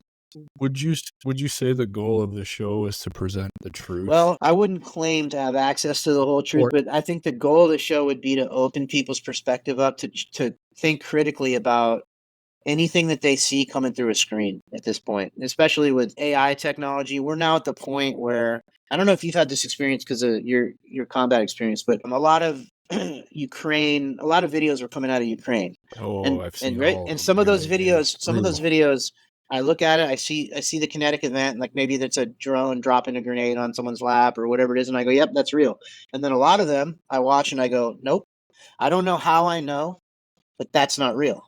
I know that's not real. I can tell. Yeah, Too. right. You see what I'm talking about, right? Yeah, That's I what, can tell. and that was the Ukraine thing, was like at the kind of the beginning of the AI that we currently have coming online. You're going to be going forward. You're going to be shown things through the screen that are going to be completely synthetic, that are going to be you can't determine are fake. And so the only thing left to do at this point is to assume that everything that's coming through your screen is fake, and to act accordingly. That doesn't mean you don't watch things on the screen. It just means I think it's liberating. Like I now don't have to react to anything that's coming over the screen, which is a very freeing thing.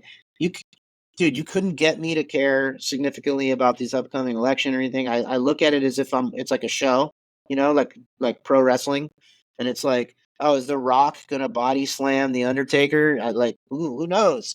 It's gonna be crazy, right? But I'm not. Right. I'm not gonna react to it emotionally and stuff. So that's kind of what the show's about. It's a lot, and again, like a lot of veteran people, we've lost friends and stuff over it from work because people really still buy into this idea of American exceptionalism and the moral that we still have some sort of moral high ground. I think as people we do. I think America's full of great people, but the people that are steering the ship have lost the moral imperative a long time ago. Yeah, I think everybody should definitely give it a listen. Obviously, it's not for No. everybody, but if you're willing to challenge yourself and open your mind to someone else's perspective, like I was after Peru, is when you gave me the link to the podcast. Different than anything I'd ever heard. The perspectives you presented were very interesting, right? Because I now know how to think super critically about things, especially after such an enlightening experience like what we went through in Peru. Speaking about Peru, I know community was not something that was high on your priority list when we got to Peru. I think that became more of a priority as we were leaving Peru. Would you say that community is a significant part of your life now? Yeah, it needs to be a bigger one too. That's one of the things that's one of the things I struggle with is I'm pretty antisocial. And I don't know what it is exactly. I'm becoming like more antisocial when I need to be going the opposite way because the strength, like again, I'm pretty focused on this creeping authoritarianism. And really it's not about it's not about um filling your house full of guns and ammo and MREs and getting ready to resist the government because you can't do it. You don't. The only real way to resist is through positively building the kind of life that you want and then networking with like-minded people that see it the exact same way as you.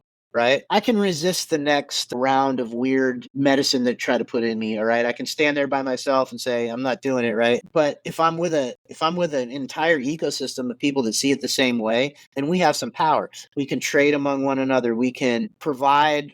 You can't possibly produce and provide for yourself everything you need, but you can be in a community of people that are all producing and providing different things. I say look to the Amish. They're a great example, right? I'm not recommending that anybody become Amish. I'm just saying they a long time ago decided that they're not going to participate in the world in Babylon. They're going to be in the world but not of it. And guess what? They have an entire ecosystem of trade. You ever buy any Amish furniture? Like they Oh, have I a love Amish they have a stuff. I grew up in nation. Southern Indiana, so Yep. Amish for me Now is Amish huge. Mennonites, they have a nationwide trade system, right?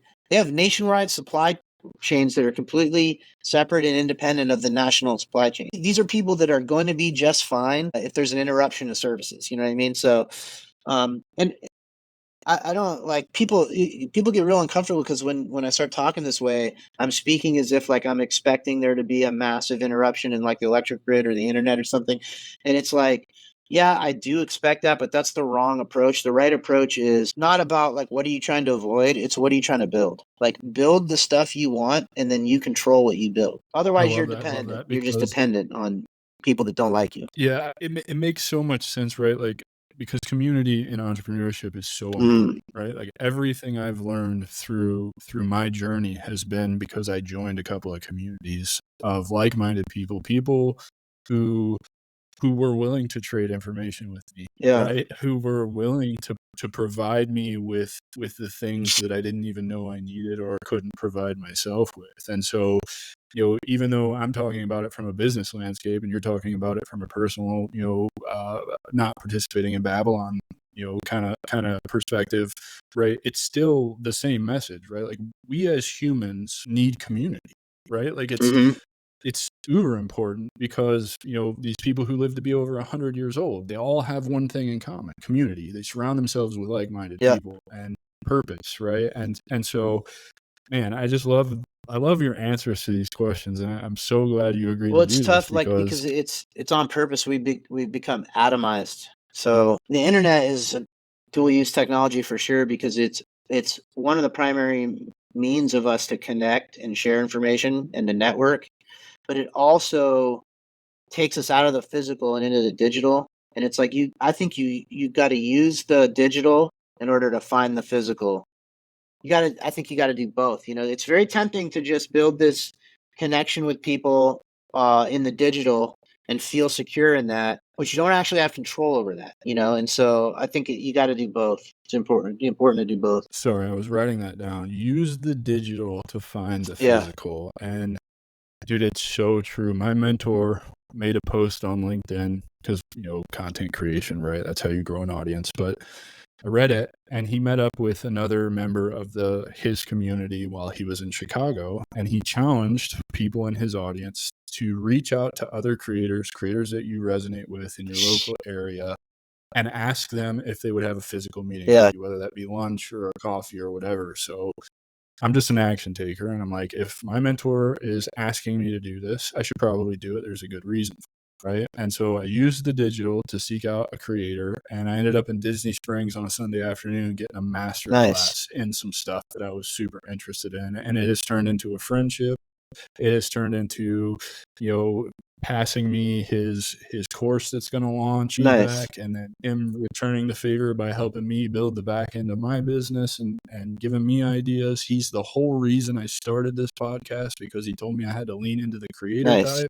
So I couldn't agree with that more, man. And I'm going to save that quote. Yeah, go ahead. Because using the digital to find the physical, I couldn't agree with you more on that. And in that, we are such a digital world. Have you been to a restaurant lately? Dude, Nobody talks to anybody anymore. They sit there on their phones all day. And my wife and I have it's kind of an unspoken rule, but when we go out to eat, phones involved, sometimes I just leave them at home, right? Like I crave, I wish we could do this in person. Obviously that's a little hard to do because we live 4 states away from one another, but I know that the energy not that the energy is bad in this show now, but like, I know the energy you and I would bring sitting in the same room across from one another would be amazing, like double this, and so I just love that you point that out. And dude, getting close to the end here, where do you see your entrepreneurial journey heading in the next few years? Do you have any set goals, or are you just, I'm gonna see what happens? Yeah, I mean, I think you got to have a goal. You got to have a vision, right? So I think the timeline's tough for me to estimate right now, but I would like to get to the point with this thing where I can build it to the point where I can hire a couple of young guys, maybe veterans, maybe guys coming out of the military that need something to do while they go to college or something like that. I'd like to get to the point where I can put a couple other people to work, step back, so that I'm not, hosing the roofs down myself for the most part, and kind of just manage it that way. I mean, pretty modest goal. I don't need a fleet of like pressure washing trucks in Greensboro, but I think I could get to the point where I can employ a couple other people, or if not employ other people, but maybe do a thing where I teach a couple of young guys the business and get them out doing their own thing, that type of thing, something like that. Not a digital mentorship thing, but like in person. Maybe something to do with veterans that need something to do. A lot of veterans in North Carolina. Just being a mentor, man. I love that that's where you're headed with that. Like, you're not trying to be greedy. You know what you want from this. 2, 3 trucks, few employees, give an opportunity to a veteran, teach a veteran what you've learned, and bam, dude, you feel good about yourself. You've grown as a person because of it. I love that answer, man. So good. And then people's driveways don't look like shit. Yeah, I'm such a dude. I'm a lawn nerd. Oh, dude, you'd like this part of Greensboro, man. It's like the lawns around here are pretty legit. Yeah, man. I don't take it to the extreme where some people mow their lawn and sand it and do the baseball field thing, but I like my grass. I cut a pattern in it every time I cut it. They're actually supposed to come spray it today, every 6 weeks to treat it. I like having a good yard, and I'm the same way. I need to get out there and pressure wash my driveway because where the rains come down, the gutter, get you. It's just black spot now, and I'm like, no, we're not messing with that. Let's talk about a little bit of reflections, just life lessons. I think these are important. In retrospect, what do you think the most valuable lesson you learned from your time in the military was? I don't have any, even getting in trouble and stuff, and some of the things that happened in combat or whatever. I don't have any real regrets, but there's one thing that I would have done differently if I could have thought to do it.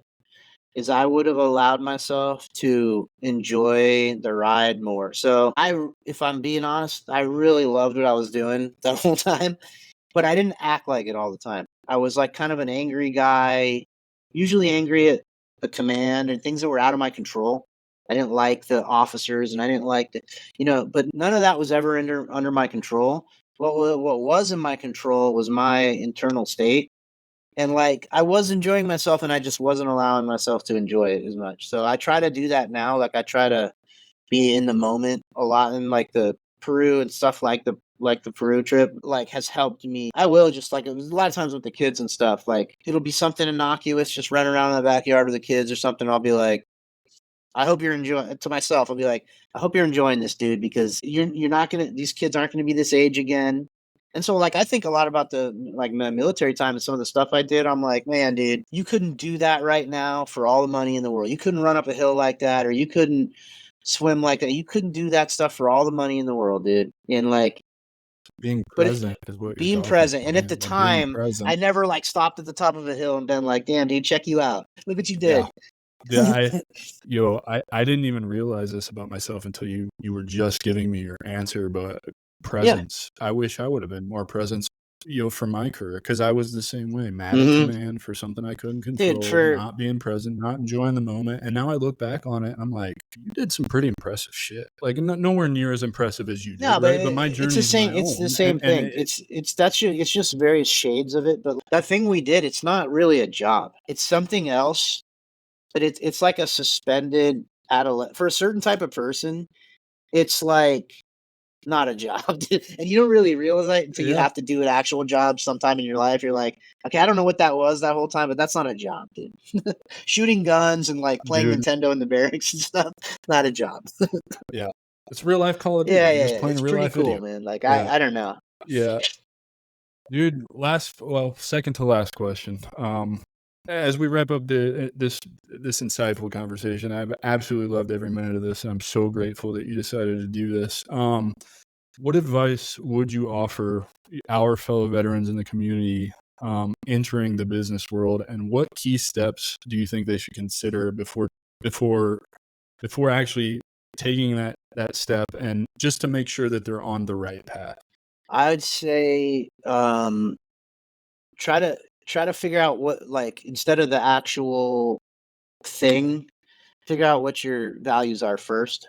Like what, the intangible things, not like what, what kind of money or what kind of industry specifically, but just think about what your life, regardless of the job, what your life should look like, and then work backwards from that to figure out what kind of thing gets you to that point. That'd be the main thing. That's a perfect answer, man. That's exactly what I tell anybody who comes to me. It's you have to look inside yourself first and picture what life you want for Yeah, cool. yourself. It's up to you, no one else, right? I love it, man. Last question, dude. You are an avid Mm. reader and you're a phenomenal writer.